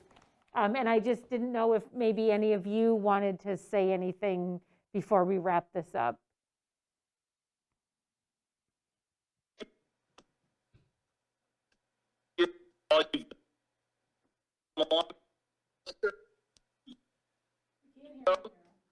Is that Daryl? I think so. He's fading in and out, Daryl. Daryl, we're just having a little trouble hearing you. How's that? Is that a little Yes. better? Yeah, Yes. much. Okay, I would just, yes, thank you, Tony. Thanks for all you've done. Thanks to the team. Brian, we've come a long way since Worcester. Marlene. I still feel those marks on my back from that meeting. That was a rough day, those many years ago. So, Yeah. But really, Lori, thank you Yes. to the whole team at the town hall that have pulled this together. So it's nice to get to this point, and let's keep the momentum going forward. Yeah. Thank you. Absolutely. Thanks, Finance Committee, very much for being here and for everything. So I think we can wrap that up. Yes, thank you, Tony and Lori. Great. So we can move on to our next topic, which is a financial update. And there's a few things under that, beginning with tax title funding and a request from our treasurer collector, Sharon Strzyzgowski, who is here in the room with us. Sharon, did you want to speak to this request? Yes. So I'm at the right seat. So before I've already presented this to the Finance Committee, but now it needs to be voted on by you guys, that per town meeting, we have a revolving account for tax title collections. And the restriction on it is that I can spend $25,000 a year. I've already almost exceeded that, and so I went to Lori and we discussed how can we keep moving forward with our tax title process, knowing that we've collected a lot of money. So we're not asking for any additional money to fund this budget. I already have brought in plenty of money to fund it. It's just I need the authority to be able to spend more. So if I have a vote of the Select Board and the Finance Committee, I can spend, and I'm asking for double. At this point, we've collected for the year $339,000, almost $340,000 through February 3rd of tax title money from previous years we've collected. So I'm moving through all the steps with every single property, treating them equally the same and going to land court as needed.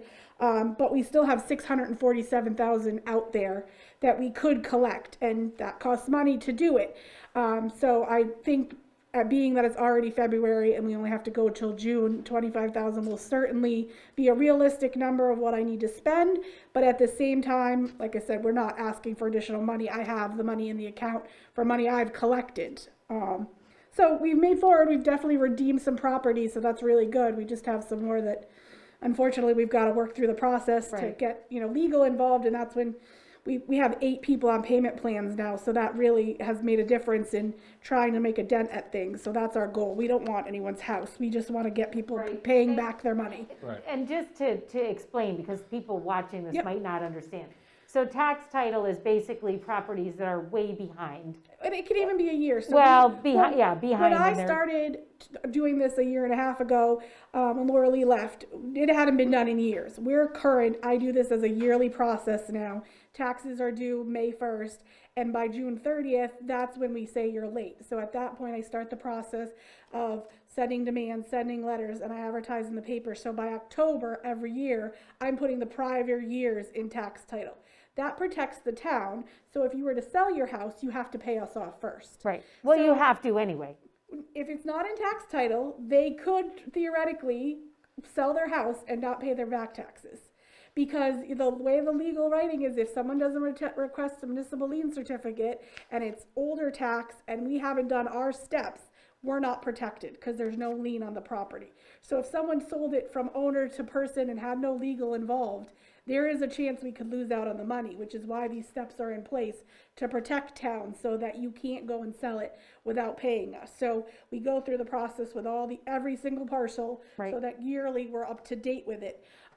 We gave a little extra deadline this year, and I didn't do tax title to December because we had extended out our due dates because of the pandemic. Right, of We course. had extended everything out 2 months for the due date, so we extended tax title that way as to try to give the same courtesy.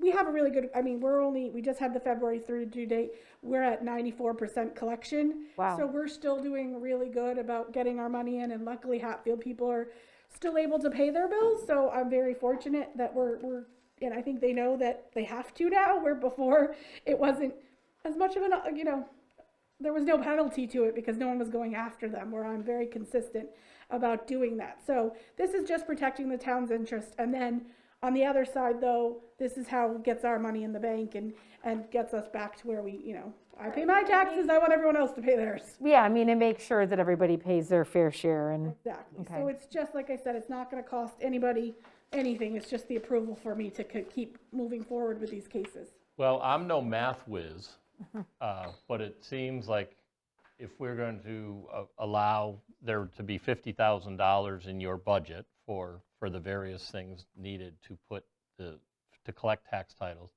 and we're going to gain close to potentially $1 million, I'll make the motion to add or increase the amount for It's just for FY This is '21. one- yeah, It's a one time. one-time change. one-time FY change for 21 tax title To for 50,000. 2021 to $50,000 from the existing 25. The money to be used, which is already collected, so it's to your point, it's no additional funds coming out of a town budget. Exactly. I'll second that. a motion made and second. Any further discussion? I just want to thank Sharon and the others in her front office. This is just another example of things that are helping the town as a whole get on our financial feet. So I just wanted to publicly thank you. And the other, and Patty and Brenda and Joe and Edwina and team I effort. hope I didn't miss anybody, but, That's a and team everybody else who's helping you. So thank you. Well, and there's been times where these things, as you were saying, were not pursued, which isn't fair to the general public. 94% of townspeople, as you just mentioned, who, pay their taxes in a timely manner. And obviously, the town is willing to work with property owners so that, If there's a struggle, Yeah, certainly call us, exactly. 'cause We're- there's different options. There- There's elderly right. disabled fund. There's also, some other senior tax work off. There's ways that we can help you, and payment plans we can set up. Because we don't want you to fail. We Right, just of wanna, course. have a No, none of us do. communication so that we know what's going on. And I think to Brian's point, what I would have added to Tony's is we still left 500,000 for free cash, but look at our free cash number this year. I mean, because we worked so hard, we got a huge turnover into this year. We've got some money, and I suspect that'll happen next year. The good news, the bad news is the year after that, we won't have that big bump because we've been holding it for so many years and penalized by it, but that we're really moving in the right direction. So, it's been a lot of work, but Lori's great to work with. We discussed it at Finance the other day about Melanson, and I have no complaints from my working side of things with them, that it's just working really well. Yeah, it So, seems to be really working great, but I'm glad that you're, pursuing these in a timely and professional and efficient manner, so. and Thank you for that. consistently, because And I'm it's- And consistently and fairly, of It's course. nice that you're here so we can show the townspeople all the hard work you do for the town of Hatfield. So Thank you very much. there's only a few of us in the room, so we're okay, but I'm here. Yep. And that's all I had for you guys. I think Marlene had a few other things for the financial update, did you? Did we make? So all those in favor? Aye. Aye. Sorry. Thank you. I sometimes get sidetracked. No, much appreciated. Thank you. Thank you, Sharon. Welcome. Marlene, Well, I don't have a bullet here under financial update, but I know that the accountant and the treasurer are continuing to reconcile, and so I'm always asking. We love that word. We do. Regularly, so that's even better. You should have received, the Finance Committee, Board of Selectmen should have received year-to-date expense and revenue reports last week. these big Should things? have received, well, those are the budgets. Yeah, I thought this was the budget stuff, but is Budgets, it but in here? the expense reports might be in there. Might be right on top. But you are, I may have, I emailed the attachments, and if anybody would like a hard copy, I can print it out, but I believe you did receive them. So, certainly any questions, but I do review them and continue to review last week's, and so I'll follow up with department heads regarding any anticipated deficits. Expenses are up to date. Well, Revenue's always running a month behind, just because of how our system works. But Right. if you look at a revenue Right. report, I mean, we're always. And Lori had sent a report last year, but it hadn't changed too much. But that was, at that point. I shouldn't say current at that point. Like you said, it's always a month behind. So if you don't have them, let me know, and those reports, if you don't have them, let me know. Should have. Thank you. And then I just wanted to, I shared with you in your packets some handouts that were available at the MMA's annual, Mass Municipal Association's annual meeting, which was held virtually. I had attended that remotely, and I always enjoy. Good for you. What's new in municipal law. It is a good, And- it's good, it is good. It is, and. It's good stuff. It's just. If you're like a they're long municipal days. geek, it's good Right. stuff. Yeah, and they give a forecast, regarding state revenues. And so state tax revenue, they reported in February of 2020, it started with a deep recession, and then there was a decline, sharp decline the last quarter FY '20. And then in December, they saw a strong response. FY '21, December was a plus, a 2.7% increase, higher than December of December of fiscal year '20. Just correct me up, the state taxes. Sorry, go ahead, I didn't mean to The interrupt. tax types Marijuana? under The number 2? tax types that, Yes. it's actually not surprising at all that, Yeah, obviously meals taxes so are meals is down. down. That wasn't a surprise. That's not to a see surprise. that. Down, it is says down. down by Yeah, 31.9%. and room occupancy. And was room down occupancy, of course, significantly. by 53%, which is not a surprise at all. But the marijuana up by 68% is Yeah, also not a surprise. I chuckled when I saw that, yeah. Yeah. So, FY '21 revised revenue is estimated at $28.440 million. And they're expecting it for FY '22, assessors are going to be seeing more pressure from people, looking to abate. And actually, the assistant assessor and I had that very conversation just a couple of weeks ago. So they have received some applications. And municipal law update workshop. Some of these changes I am familiar with, and as you know, the police reform bill. And it was stated at that workshop that that was no surprise, although we know the police chief has shared with us some of the changes in that bill are going to have an impact on smaller towns that do employ part-time officers. Yeah, just to be clear, the concern wasn't about The some, requirements. yeah, it wasn't about the topics per se.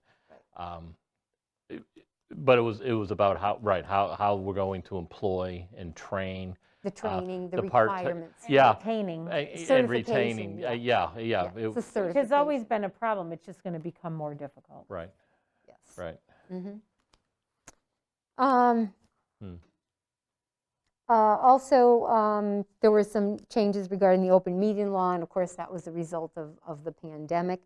And so one item I did find interesting is that if there is an online outage and the meeting is not accessible within 48 hours of the meeting, functionality must be restored within 6 business hours. Otherwise, the meeting has to be rescheduled if you're unable to meet that deadline. I'm not following that. If there's an online outage, Right. So, like, if we right lose now we there was lose no- power. Well, before. Oh, before the Before the meeting. meeting. Oh. Before the meeting, not during a meeting. okay.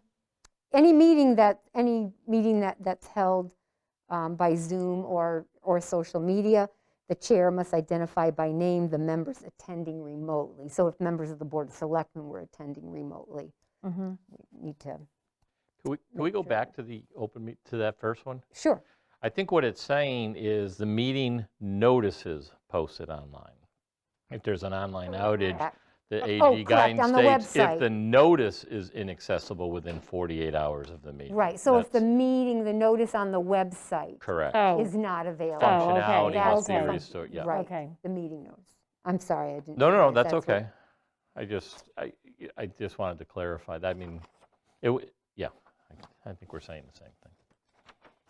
And the last one, it has been, noted that Florida state offices have received complaints. So there's members of boards and committees that are posting information on Facebook. And so you just need to be careful and take a look at how large the group is. So if you have a quorum and quorum of. I must say, That's why I stick to my dinner and my kitten. That's I was it. just going to say, kidding aside, Yes. all No. truth be told, anybody in town can look at any one of the three of us. course. We each of us never talks about No anything way. to do with the Board of Selectmen. No. I mean, it is kitten pictures, edges of his pool, I'm playing the piano. I mean, that's about all we do Exactly. on Facebook. About as boring as can be. That's the way I it don't know, should that be. owner is something. Though. I know. I would agree. That's just a brief overview. Thank you for I attending thought that, I would mention those. No, it's really, I'm glad I always used to like to attend these, and they are usually just chock full of information. And I can only, obviously what you're laying out here, really most of this in some way relates back to COVID. So it's great that you went. So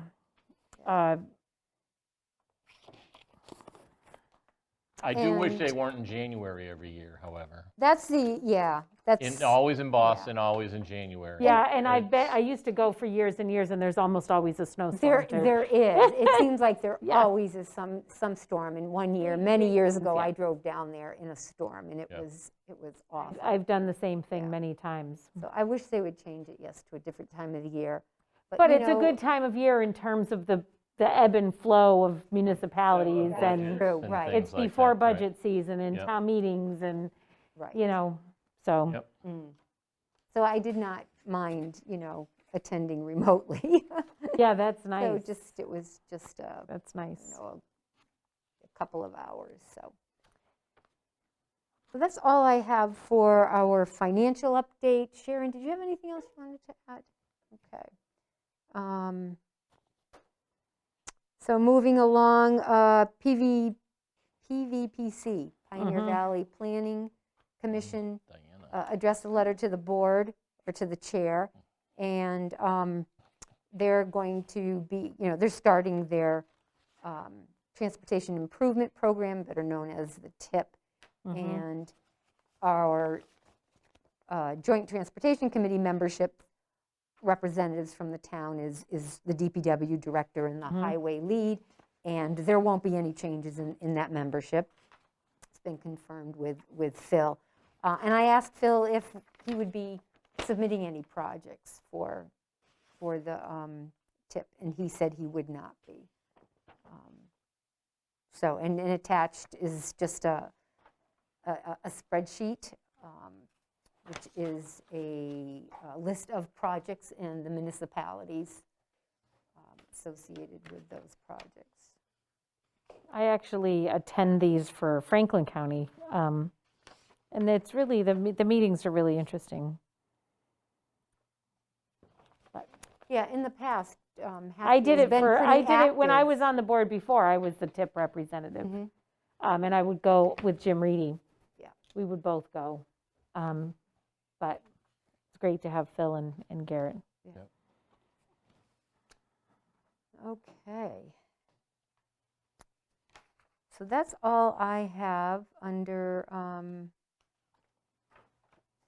What about this oh, no, the FEMA? FEMA levy. Yes, that's right. I was just looking, I didn't see that, and then I looked again, it was there. So I think I had forwarded an email to the Board of Selectmen probably a month ago, a little longer, that Excuse me. CD Smith, which is a consultant engineering firm hired by FEMA to work with municipalities on a levy analysis and mapping introduction. And of course, this is, involving the Connecticut River. And they started this process a year ago, and then FEMA had pulled the plug on it because there was brakes some on. changes. Yep. Yes. So they've kick-started this program study again. And I had reached out to Bob Wagner and Stephanie Schliss on the planning board to see if they'd be interested in participating, is because they do like somebody from planning involved. And I was grateful Stephanie joined the meeting last week, the virtual meeting that was set up, and the fire chief did as well, and myself. So this is what you have in your packet, was the presentation that was reviewed, and there were other agencies that joined that meeting as well. And so those organizations and the town are going to be responsible for pulling data together and submitting it to CD Smith.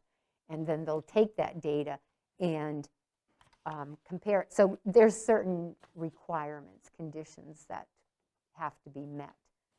So they'll take that data and review it. And if we're not meeting the requirements, then we'll have to. So this is just So how they're going to evaluate the levy system, That's correct. and then we would get information later. This is just the first step. So, yeah, just the first How step many, in- how often do they do this evaluation? Just I 10, 20 years? I mean, it seems like don't- it's probably been a pretty long time since, what does it say? Well, this says they're 1980, wow. they're using information, doesn't mean they haven't done something using since the then, but data from 1980. information Yeah. from June of 1980, so. Well, I would assume there's been evaluations done since that, because we had the floods in '84. Right. So I'm sure that there was, But it's just important to keep the Board of Selectmen up Yeah. to date. well, and a big thank you to Stephanie for participating in Yeah, that. I was very And grateful. yourself, She's a Marlene. really, Interested. yeah, and yourself, Marlene, but she's a great person to have on. Mm-hmm. Yeah, So- so it is very important, though, for the fire chief and the DPW Oh, yeah. director to be Absolutely. involved in this as well. So there will be another workshop or conference call and in the near future. This is, Would be wearing both his chief hat and his Emergency, emergency that's management right. director hat. I'm sorry, I was just going to ask, and is this call Hatfield specific, or were there other communities that were There part were, of this? this was just for Hatfield. This call was arranged with Hatfield. Okay, That's great.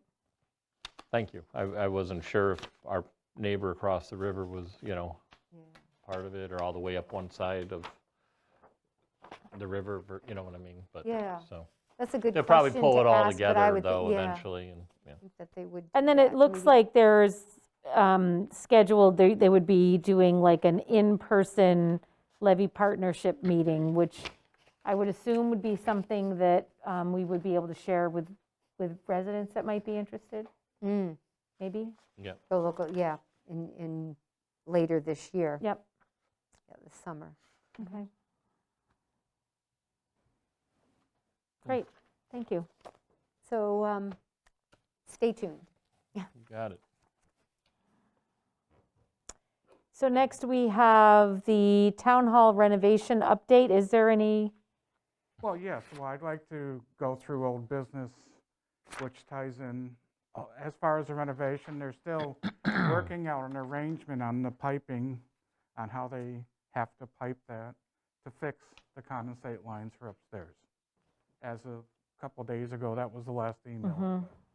But I do want to bring up something and hope that maybe at our next meeting, you guys we can all decide a decision on the following. And I want to back up here.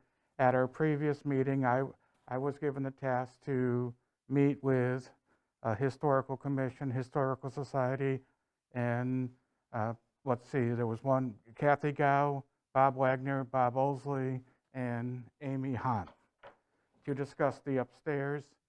And previously, when I went to meet with them upstairs, my directive was to let them know that we would even accept the fact of additional storage at Benson's in case they wanted to utilize that storage to go through stuff and fix it.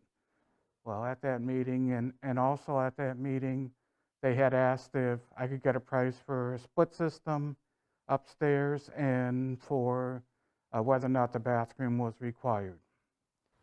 So at the meeting, Kathy Gal mentioned that the second storage facility at Benson's would not be big enough as far as she was concerned to set up a table and sort things. I guess the storage that they have is 10 by 15. The additional storage is only 10 by 10, so she didn't feel that would be a viable option for them. And plus that second storage was away from the first storage. On the end. Also, End unit. when I told them about the prices for the split system and that the building inspector has said that a bathroom is now required upstairs and it has to be ADA, that would take away what Kathy wanted for an office space and a work area. So she then felt that the balcony should be now the work area and the staging. And she thought now that maybe they should be putting in receptacles and adding LD lighting and stuff like that. And I had told her that now we're getting into a different avenue of what we originally talked about. So after a lot of discussion to shorten it, Kathy sort of said, why don't they just want to bring this stuff back, put it upstairs, and then hopefully down the road, figure out how to get things fixed. But I do want to point out on the balcony, if that becomes the office storage area, they still don't have enough of storage. It will still have to be stored at the library. So these are short-term, it would address a short term of having the museum upstairs, but still, if they bring this stuff back, and if that's not an issue with the board, then it will be up there, but they'll have to figure out, or we'll have to figure out down the road how to fix everything up there for the museum or for if we open it to the public or for whatever we do, but in order to open up the second floor right now, you have to have the bathroom become ADA compliant. The building inspector says it's not required to have air conditioning, but I assume that down the road. So it goes back to originally, do we put up money for another feasibility study? The biggest question is the staging, and this building is 1930, this was built, so unknowns. Once you open something up and look inside, you don't know what you're going to find. It may be perfectly fine, or it may have to be reinforced, but I guess what I'm asking the board is for the next meeting to determine if they can bring this stuff back and let it sit up there and then figure things out, or whether we have another option there, because they weren't happy with our option of another storage, I guess. So I was under the impression they weren't supposed to use that balcony seating area for anything.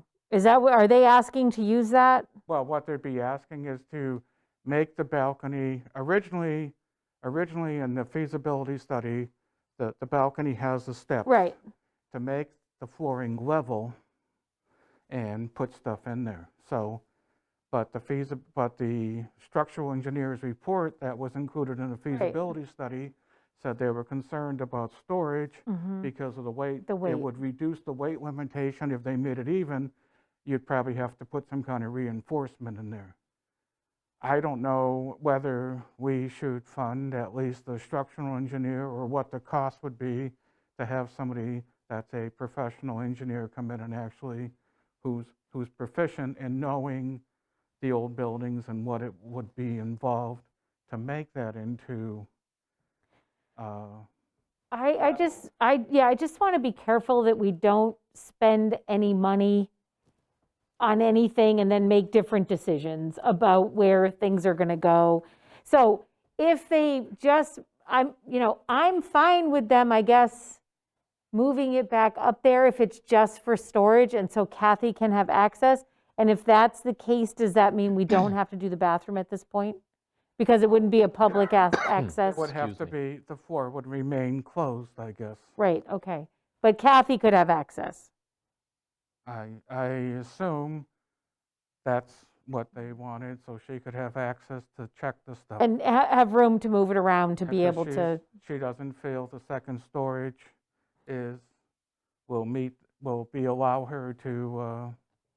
Right, so I understand that, but what I'm asking is if everything's moved back upstairs and she doesn't have that balcony area, does she have enough space?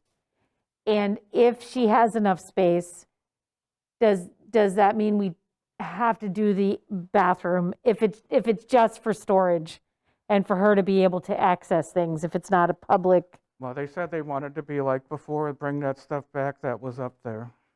That Okay. was the May comment. I ask a question, Ed, that you Sure. can ask them, or I don't know if they're on? So they're in a 10 by 15 right now, right? That room is much bigger than a 10 by 15. So do you know exactly what the goal is? So when they say take it back, is it to catalog it, make sure it's safe, and then pack it up and put it back in a box? Or is it being hung up on? I think the intent is to leave it up there once they bring it back. I And think- hopefully the town decides to add all the stuff that's needed for it. But even when it's completed, if the town decided they want to spend the money, that's the town's decision, but still won't have enough of storage for their collection because they'll still need the library to store stuff in. Yeah, So I am under the impression that what Kathy wanted was to have the collection back here just so that she could access it. So that if she was looking for things or you were wanting to, as someone interested. Needed help in looking. Right, look, so she could make sure that it was in good shape and safe and all of that, and not in any danger, like I suppose it could potentially be in a storage facility, although I believe they're very safe over there, but that she could have access to it and see it, but it wouldn't be accessible to the public, is what I'm asking. So if that's the case, what do we have to do with the bathroom, if anything? Well, I mean, if, again, if the floor is open to the public. that No, I bathroom understand has that, to but be- I think she's asking for it not to be. If it's not open to the public, then does that mean we don't have to do the bathroom? I believe if it's not open to the public, we don't have to do the bathroom. That's my impression talking to Kyle. I'll follow that up again with him to make sure. But their intent is just bring it back, let it sit there, and then hopefully all this other stuff gets worked out. Right, yeah, in the library, yeah. But I think the stuff at the annex, they were feeling wanna more leave comfortable there, with. They yes. wanted to leave It it was there. Benson's because And then it she was can't Benson's, get and she can't, inside. right, so she can't, she's, right. Right, And also, there's an agreement between the Historical Commission and the Historical Society that they're still working out too. So that, I don't believe that's been addressed either. I guess my question is, are we putting the cart before the horse? Well, that's right? been my That's- question all along. Well, I think Like, that's been don't- all of our questions Yeah. right along. No? I don't know that she's considered an employee, so I would question whether she's the public to be upstairs, just as a caution. For a closed, the bathroom museum thing, curator. but she's not she's not a town She's not a employee. town employee, no. So, no. I don't know if that makes a difference, She's a just a museum thought. curator. I mean, Kyle did say in his letter that town employees could access that if it was closed. So I'll follow that up with Kyle on that issue. I mean, that's probably fine, I mean, given I- her role, but. Right, but right. She's not, it's I- not a general, Yeah. anyone can go Bill up and there. Kyle went up there to take a look at that to see what could be done. I But guess it's- I'm still, it's not that I don't want the museum there, there's just a lot of questions still, and when we say we're bringing it back, we're bringing back the collection, which is currently in a 10 by 15, I'm guessing it's stacked though, probably, not just laid out on a 10 by 15 table. So it comes back, and I know, I'm not saying you know the answer to this, Ed, but this would be a question. What happens when it comes back? Does it get laid out on tables and then does it stay out? So now do we need a lock and key for that third floor and the elevator shouldn't go up there? I mean, there's more to this, I think, than just bringing things back to have access to them. That's all. And it's part of a larger discussion about, where is the ultimate best place Right. for the collection, and where can the town afford to keep the collection in a way that makes sure that it's treated respectfully and that it's safe and accessible. Yeah. For years and years to come. Yes, I mean, exactly. That's the goal. That's our- Because one of the things I'm worried about is moving the collection around too much. Right. And so, do you have another meeting scheduled with them? No, right now I don't have any meetings scheduled because I'm bringing back to the board what they had requested. They said, well, they'll just bring the collection back and put it upstairs like it was for 10 years. And then they're hoping that maybe the stuff gets done afterwards as far as split systems and all the other stuff. Mm. Well, I don't know that there are some unanswered questions about, like you say, the security in terms of the elevator going up there, and does the door lock at the top? And Well, that sort of thing. There's 2 doors up there. You come off the elevator to the big room and the small room. They both have a door. I guess we can look and they could probably be locked without an issue because there are 2 doors that go into the small room and the big room. And was it mentioned yet that of those 2 rooms, is that Historical Society looking to just take over the entire floor or a piece of it? Well, I think if it sounds like they'd want the whole floor. I for mean, the at this museum. point, even for just cataloging, or is this just to be storage now, and then the whole floor is the bigger conversation at town meeting, or, Well, they would be just bringing back the collection from Benson's right? and putting up there in the big room. Yeah. Like it was before. For now, and just hope that stuff gets funded to make that whole floor into the museum. Right. I think the intent was to take the whole floor for the museum, because originally the big room was for the collection, and then the small not room was muted? like special exhibits. Yeah, who's But making before sound? that, the bathroom area, the bathroom was sort of gone, and that was into a work area. And then the balcony was going to be a storage area. Mm-hmm. But the unknowns is the balcony, Right. Right, the structural integrity of the balcony. and then the Excuse cost. me, we have a caller joining the meeting. Could you mute yourself, please? Well, and on top of that, just so people know, that, when you mentioned that the splits, which would be heat or air, depending on what time of year it was, that estimate was about $15,000, I believe, $13,000. Thought it was more than that. Wasn't that the estimate just for that? There might be plumbing, and then if there's more electrical done. So I think before too much money gets spent. I don't want to spend money until Right. we have a sense of, Originally, when it came back, it was about 15, a little more than The 15,000. splits. Yeah, for the splits. Including the and some- electrical. yeah. So. Yeah. I mean, I had mentioned before, I went by the past feasibility study, and I added on the 3 to 5%. That might come down, but I'm not sure how much it can come down, because if they go with an office on the balcony, if they go with the collections and add the receptacles, now you'll have to put in the electrical panel up there to feed everything, the LED lighting. You got to do the stage. You might be, it's going to be up there, so. But I think the next meeting, maybe we just have another meeting with them again to try to find out exactly what they want. Maybe that's the way to go.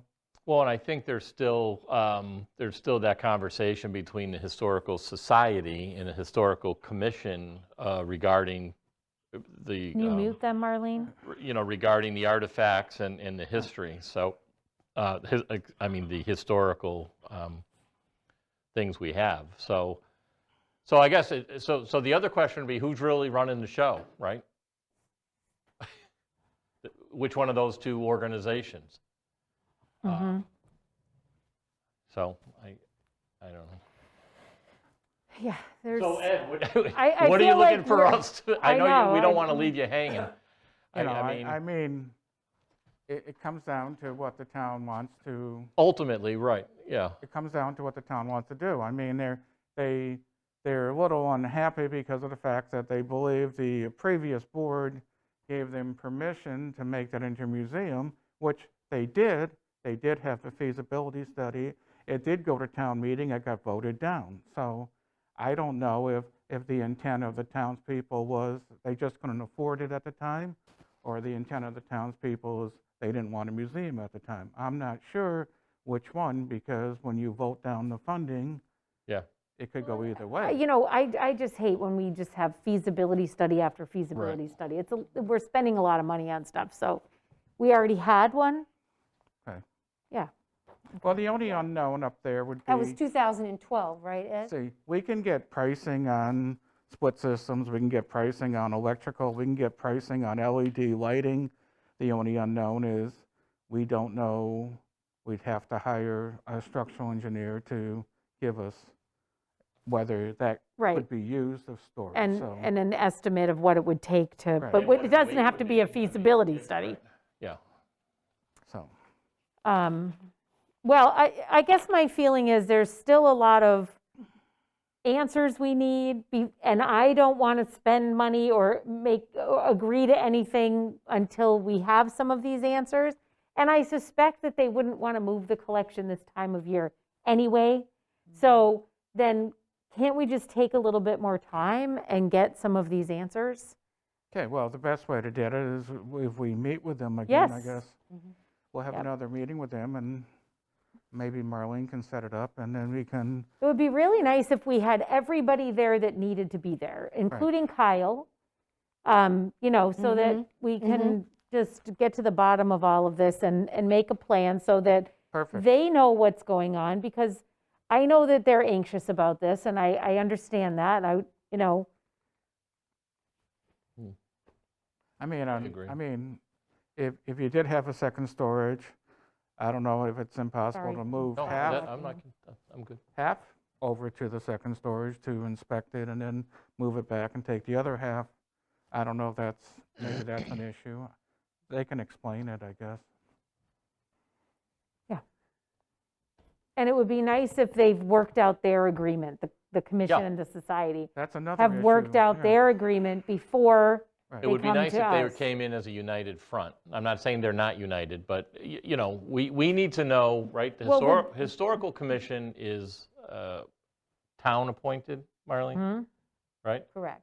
So, in the society, while many cities and towns have them, I don't know that they're necessarily, might not be using the right terminology, but I don't know if they're not. Private Town, yeah, they're like their organization. own. They're their own. Their own thing, Yep. I think salaries are paid out of donations because they're not on they're not on a town budget. So we just need to, Right, exactly. It is. we just need It's to a- know who's kind of running the show ultimately of this, of all the Hatfield history. And we need to know that officially. Like, who's officially in charge of all these artifacts? I would say whoever's officially in charge is probably the group calling the shots or leading the charge for what they want. That's how I would think anyways. I don't know that to be true. And who is financially responsible for the collection? Well, I think the town might be. Right, because it's our, Sorry. it actually belongs to To the town. us. That's correct, town property. And But then there's the society who has a person who's not a town employee, who's the curator of the collection. So it does get a little muddy. And so there's, I know they're frustrated, but we have to resolve, I hope they And I understand. understand their We have frustration, to right. resolve these issues in order to go forward. Yep. We're not trying to prevent anything, we're not trying No, to hurt anything. of course not. We just want to make sure that these issues We want to get it right the addressed. first Right. time if we can. Exactly, And some of this is, the three of us can have the conversation and make some decisions, but ultimately, it's the middle of May, that makes the final decision, when it comes to the finances, so. Right. yeah, I mean, I want the collection to be in the best place possible, the safest place, most accessible place. But we need to know where that is, what it's going to cost, what's the time frame. I don't want to move stuff around too much. So Yep. let's do another, Do another meeting. yep. Thank and you, Ed. we'll- But I do like the idea of having Kyle Yeah. here as At the- well, I made a note if for that. possible, particularly to speak to issues like the bathroom and things like that for us. Set it up for a Wednesday then, I don't know. Yeah, it could be just a working meeting kind of thing.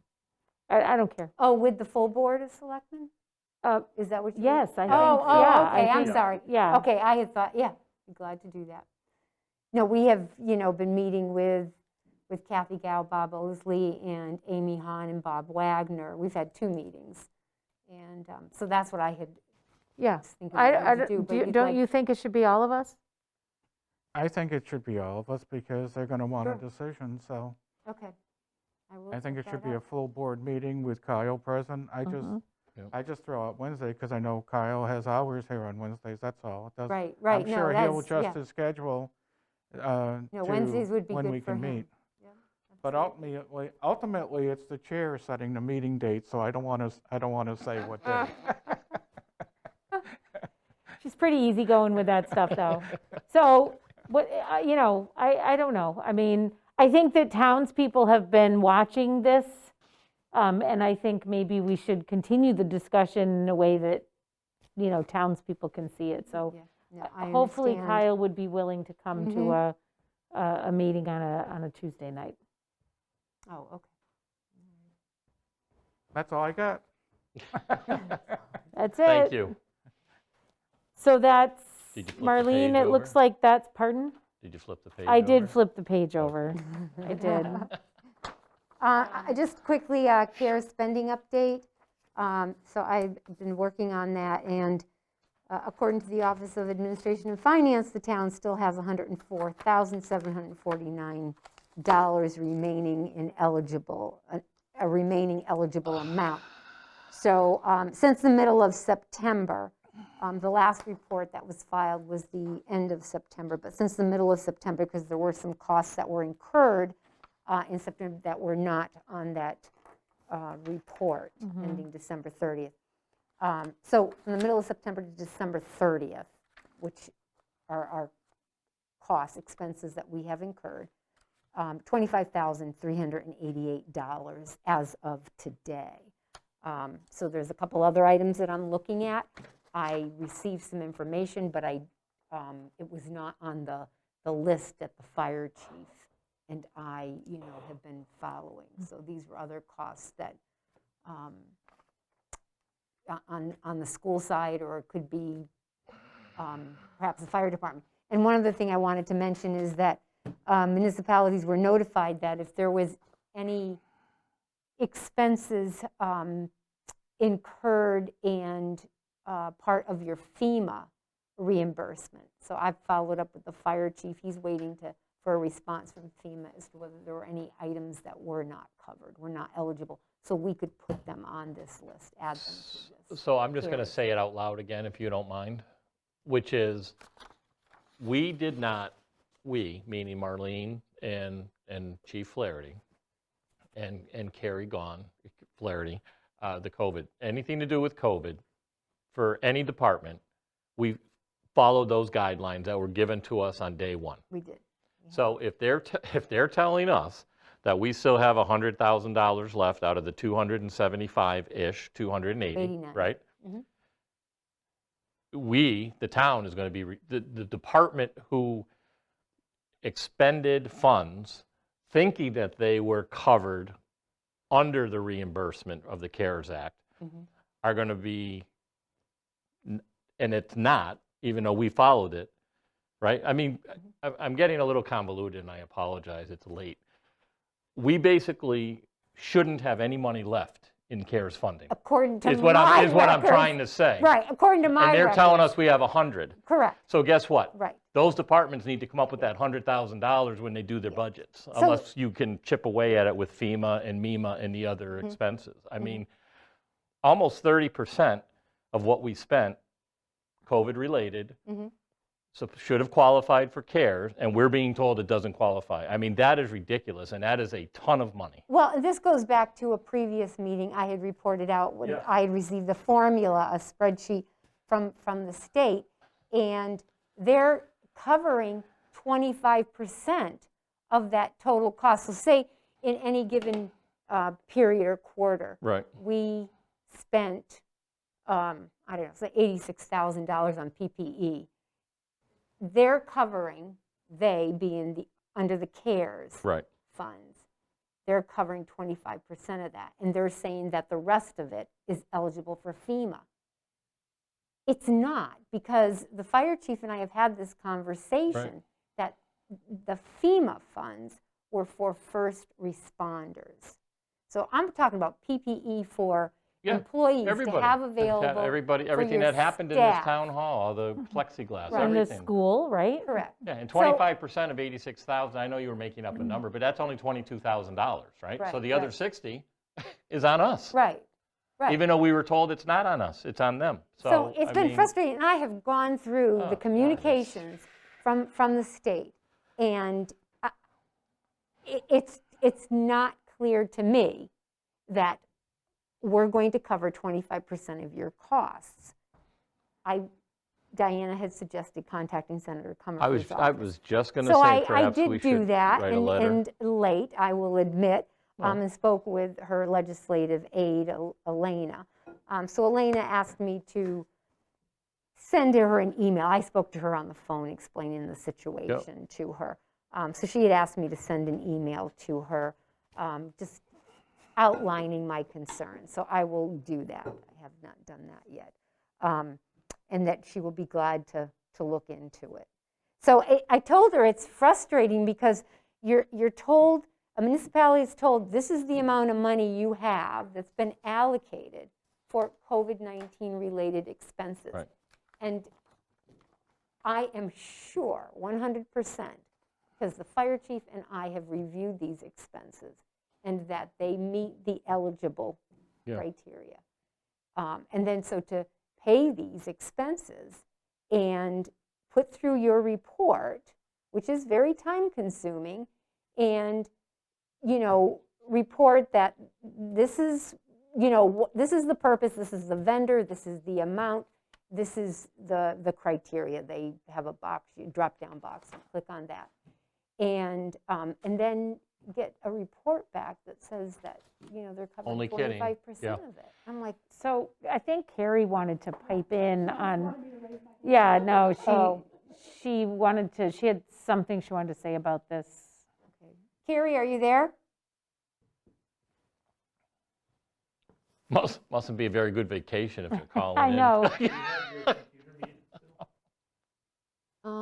Well, I muted one It wouldn't person. let me in. There you go. Oh, there she is. I just wanted to reiterate what, just make sure I'm clear enough, and Marlene and Brian have already pointed this out. Can you hear me okay? Yes. Yes, Mm-hmm. we did. Yes.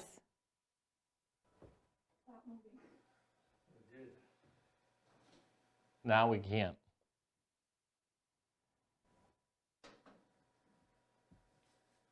Carrie, we can't hear you now. Are you Okay, there? sorry about that. There's a wicked delay.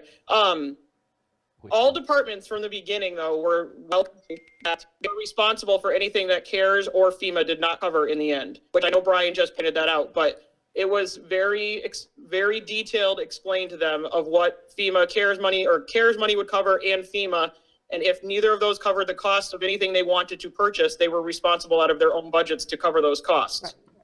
And thank you. And you're right. And we did make that clear. But unfortunately, I think people relied on what they were reading from FEMA, though, in the CARES Act of what would be covered. I mean, I don't know. So, but also, I'm under the impression that there were also things purchased under the CARES Act that aren't being used, correct? That could be returned. I mean, I know we keep talking about these cameras at the school that I don't believe are being used. And the school did return tents. Right. I have verification that those I'm just items were. curious Small about- money, though. Unfortunately, those are the small. I mean, they add up. Don't get me wrong, The but cameras they were decent amounts of money, weren't they? So that they could do the remote. teach from the classroom. Yeah, but that's not happening. No, I know, but that's why we bought them. Yeah, but so maybe they can be returned. Yes. No, I don't disagree. Right. If they're not being used. I mean, even if it's a small amount of money, chip away at Oh, it. yeah, I mean, absolutely. Mm-hmm. The last thing I was going to say, the CARES money was the federal fund, right? But they came through the state. Both. So the FEMA, and I say it's all federal money. Well, that's what I wonder if, should we reach out to Congressman just McGovern's different- office? Different agencies. Yes. Should we offices. reach out to the federal side of things versus the state side of things, and reach out to Congressman McGovern's office and say, hey, here's what we were told when we got all this CARES, or not all, I mean, it was a help, but it's not like we, Right. I don't know if it's worth a letter, Marlene, or from you and Diana maybe, or a call, I don't know. in passing, also was sort of listening to the news this morning, and I know that the president said something about how difficult this has been on municipalities and local governments. And so there was some talk that maybe there'd be additional funding coming, which I can't believe hasn't come yet. But you know what the weird thing is? We've spent within the money we were granted. Right. It's not like we, That's that's what the I frustrating part. It's not understand. like we overspent. Right, That's then what they I don't changed We the we rules. stayed within our budget. And, so good for us. But they're not covering it all, so shame on them. So I just don't know, maybe later this week, if you think it's Draft a letter appropriate, to you and Governor. Diana can pen something, and, you might as well get it to the, Yeah, because he's something got so should many go small to- towns in his should district, go to they must all be Congressman doing the same McGovern. thing, yeah. what you heard was the mayors are all now wanting some money and from the COVID bill that they're working on. Yep. So we'll see what happens with that. All the mayors were meeting with the president and expressing their concern that they're not included in this $1.9 trillion funding bill.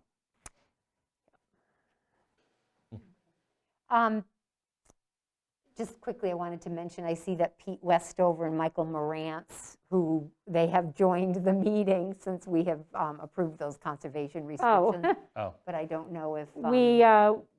We took Yeah, I'm that up. sorry, I couldn't get on earlier. My computer froze and I finally found the link, and I wondered if you need any more information about the conservation restrictions. We've already voted to accept both of them, so we're all set. Okay, very good. Do you have the documents for signing? We do. That'll be Okay. taken care of on They're gonna be Thursday. signed on Thursday with our notary here. Okay, well, thank you very much for doing that. That's great. Sure. You're Thank you welcome. very much. You're welcome. Thank you. See, we're easy So to do Marlene, business the with. other, sorry, were you moving on to, we have the. So capital planning, you have received from the capital planning committee their list of projects prioritized and the spreadsheet. And I would expect that the board may want to just review that, discuss it with the capital planning committee, or just move forward. And I know the board. Well, I mean, I usually guess meets I with could speak to it finance, a little bit, because we didn't move, I was the capital planning, sorry, I'm all tangled up here. I am the capital planning rep from the select board. And, you know, I definitely want to thank the members of the committee for this. We didn't move forward a lot of things because we were mindful of, you know, the financial situation that the entire world is in right now. We really focused on priority projects. Do you want me to go through them quickly? Because I can. If you can, yeah. So for the fire department, there's some communications equipment that's necessary because of changes to some of our mutual aid departments. This is basically an upgrading of the communications. It's necessary to do. There's really no way around doing this. It's about $250,000, $225,000, and it would, you know, it's really a safety issue. However, Chief Flaherty has applied for a grant that would cover all or some of it, understanding that, like all grant applications, it's competitive, so there's no guarantees, but he is doing what he can to mitigate the cost to the town. But this is a cost that is unavoidable. Could I Yes, make a sorry. comment on it? No, thank you. Yeah.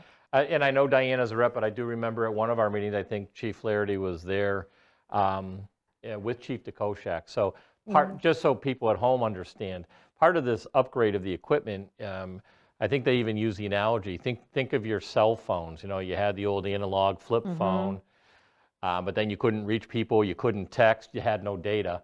And well, in the world of radio communications now, they're like smartphones. You need to stay with the times to be able to communicate with a wide range of cities and towns and departments, and not just from Hatfield to Hatfield. So part of this is absolutely, well, most of this is about safety.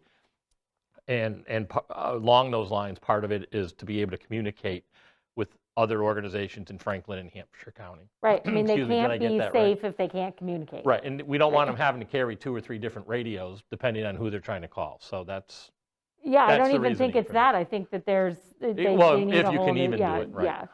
So, And, you know, we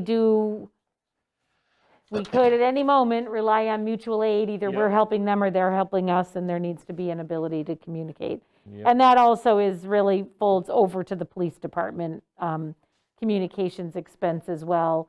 which is about $61,000 to get them also outfitted with these radios that will allow for better communication.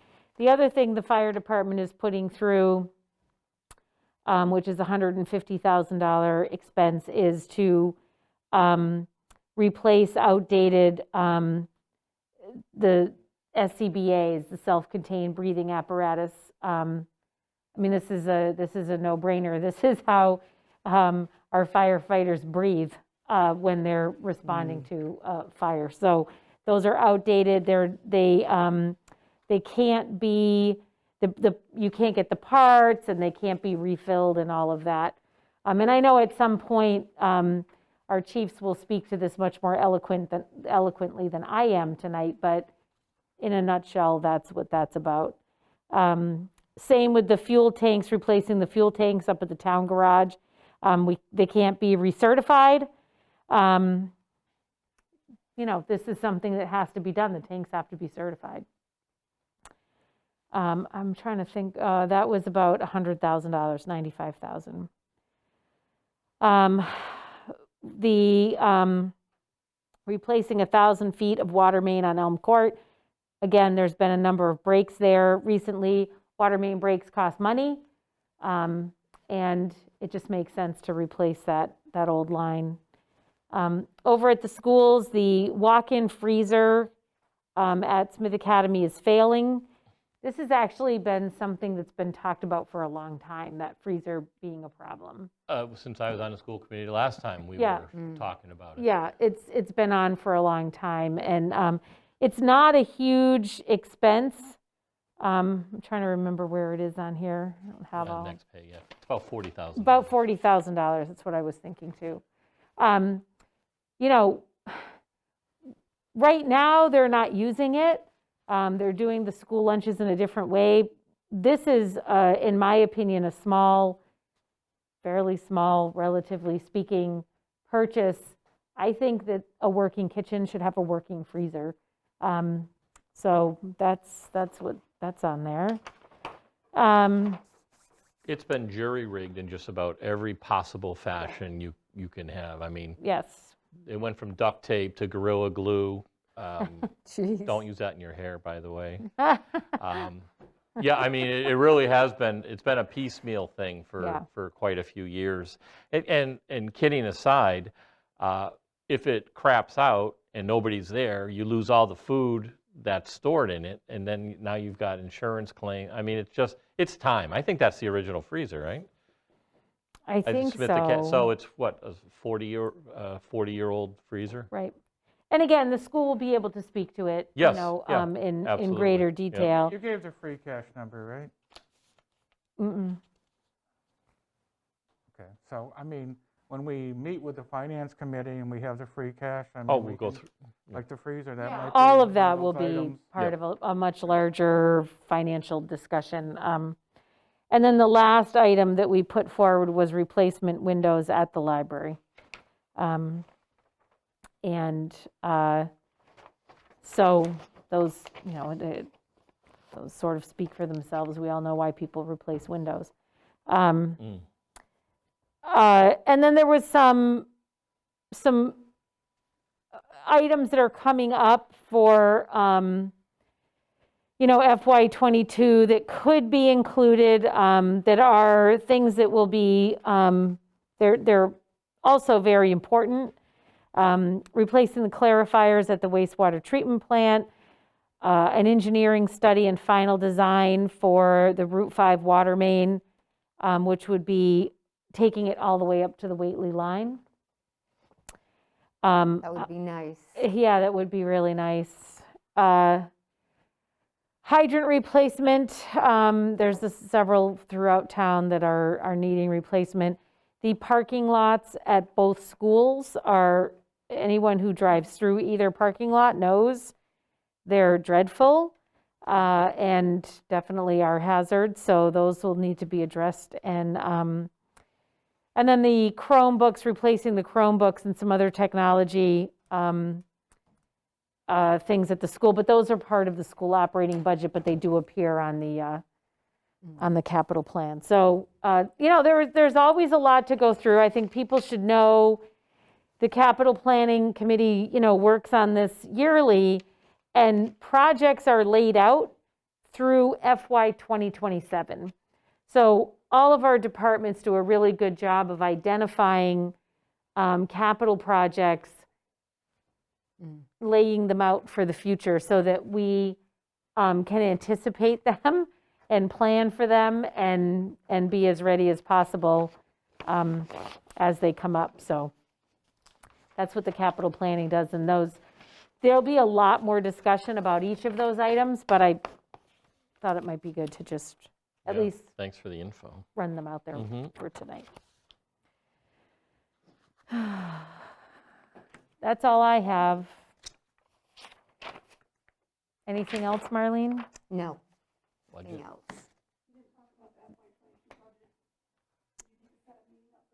Well, I've sent out communication to them. I was going to ask Ed after the meeting if he was available next Monday. So start the meetings with the Finance Committee next Monday evening. Already time to do that. Yeah, and then just prior to sitting down with the Finance Committee that evening, maybe schedule, there's some other employee agreements. Contractual. Contractual Sure. agreements that are expiring, and so I'd like to get those Yeah. wrapped up as soon as possible. I marked off that whole evening, You said, so. yeah.